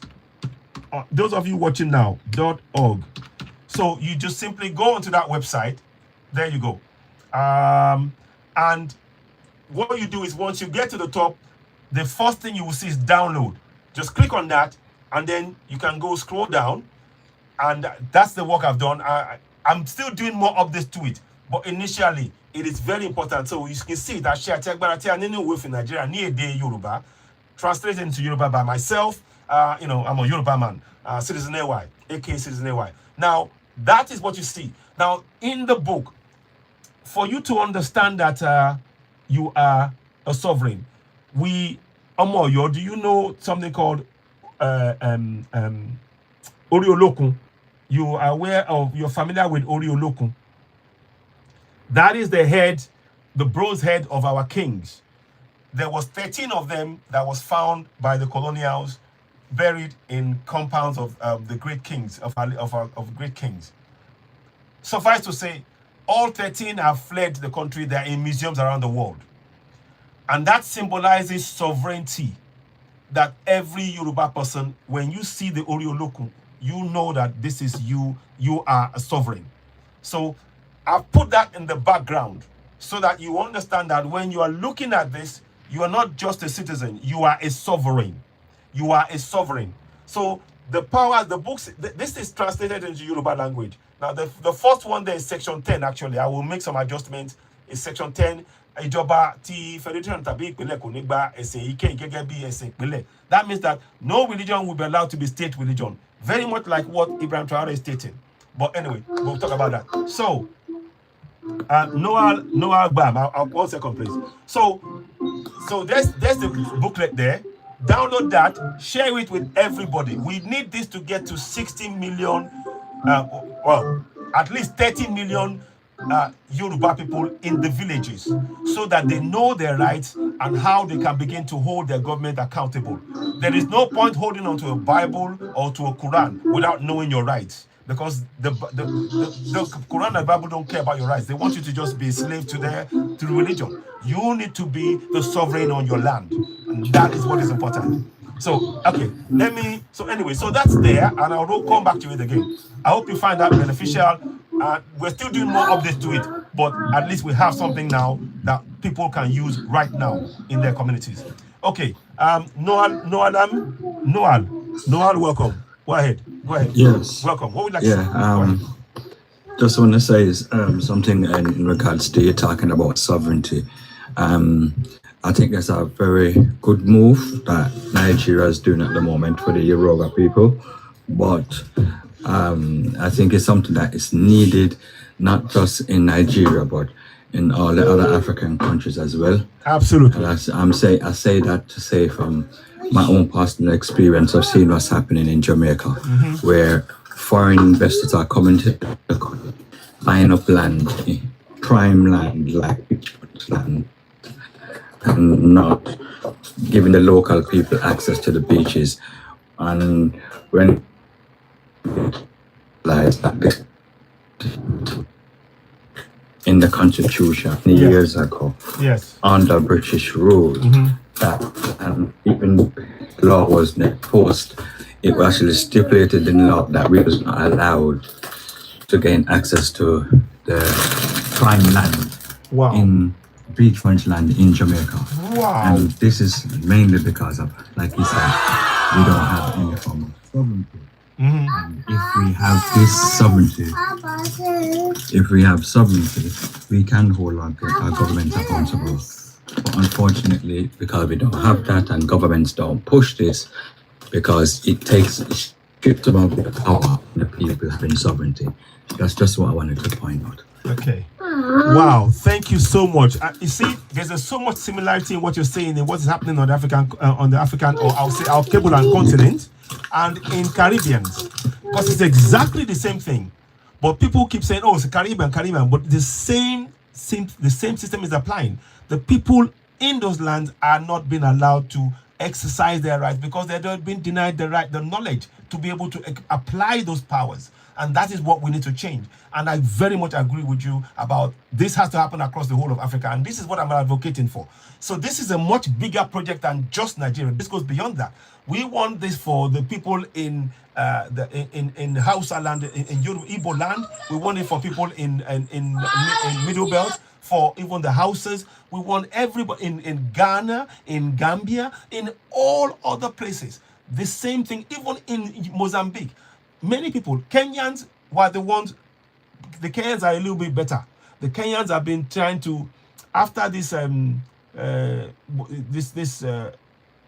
Ruto guy, Kenyan youths, the Gen Zs, they've been teaching their families and people about their rights, and they need to do more.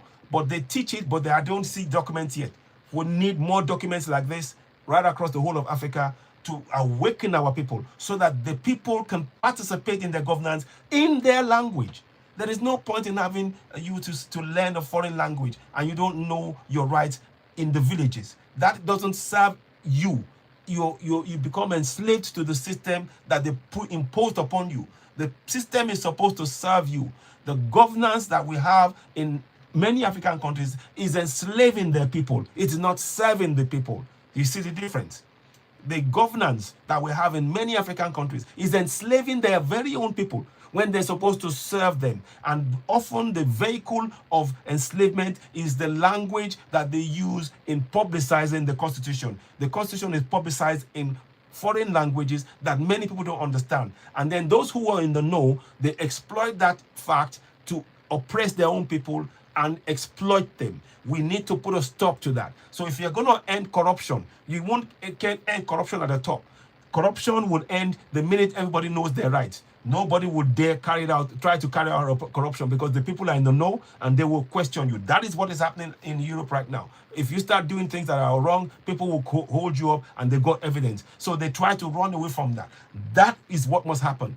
Waiting for somebody at the top to be magnanimous enough and not be corrupt will never happen. But when people know their rights from the grassroots to the top, corruption will end. So I'm not so much for, this one is the system that's been engineered to enslave us. And it's until we wake up and break that up, that is the only time it will stop. But I hope you've learned. I hope this has been beneficial to many of us. So please, as you're watching, go and subscribe to Citizen AY on YouTube.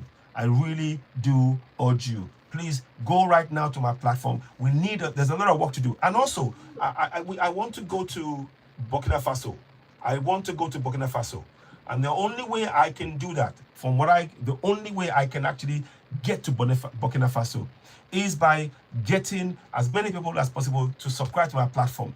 And then when we do broadcast, don't forget, subscribe, hit notification button, hit the notification button, give us a thumbs up, share the broadcast, and of course we welcome super chats. When you do that, it allows us the opportunity to be able to do broadcast. And I want to broadcast live. I am going to broadcast live from Burkina Faso with your help, because we need to publicize and to get the great work being done by this great man here, Ibrahim Traore, to get it out to the world, and so that he's challenging, injustices right across Africa. And our role is to publicize the great work he's doing. Thank you very much, Noah Jim, for the work. Abubakar Tua. Oh, okay. What question was that? Okay. Did you say? So no. No, I think you asked a question. That's why I said. Oh, no. I was just stating that we need to. There's a lot more work for us to do in Africa about this constitution in all countries except for Alliance of Sahel States, of course, because they're doing the work. Alliance of Sahel States are working for the people, but many African countries, the people don't know their rights, so they cannot challenge their government because they're saying they're in their democracy. So whilst they're in that process, they need them to have the constitution or their rights in their local language so they can begin to participate in the process, is what I'm saying. So I hope that it wasn't really a question. It was more of an observation and the reasons why we need to support what we're doing. Please, I do hope you are, Abubakar, I hope you subscribe to my platform on YouTube as well. Everybody watching, please go ahead. If you haven't subscribed to me, Abubakar, can you hear me? Abubakar. Yes. Yes. I hope you subscribe to my platform on YouTube as well.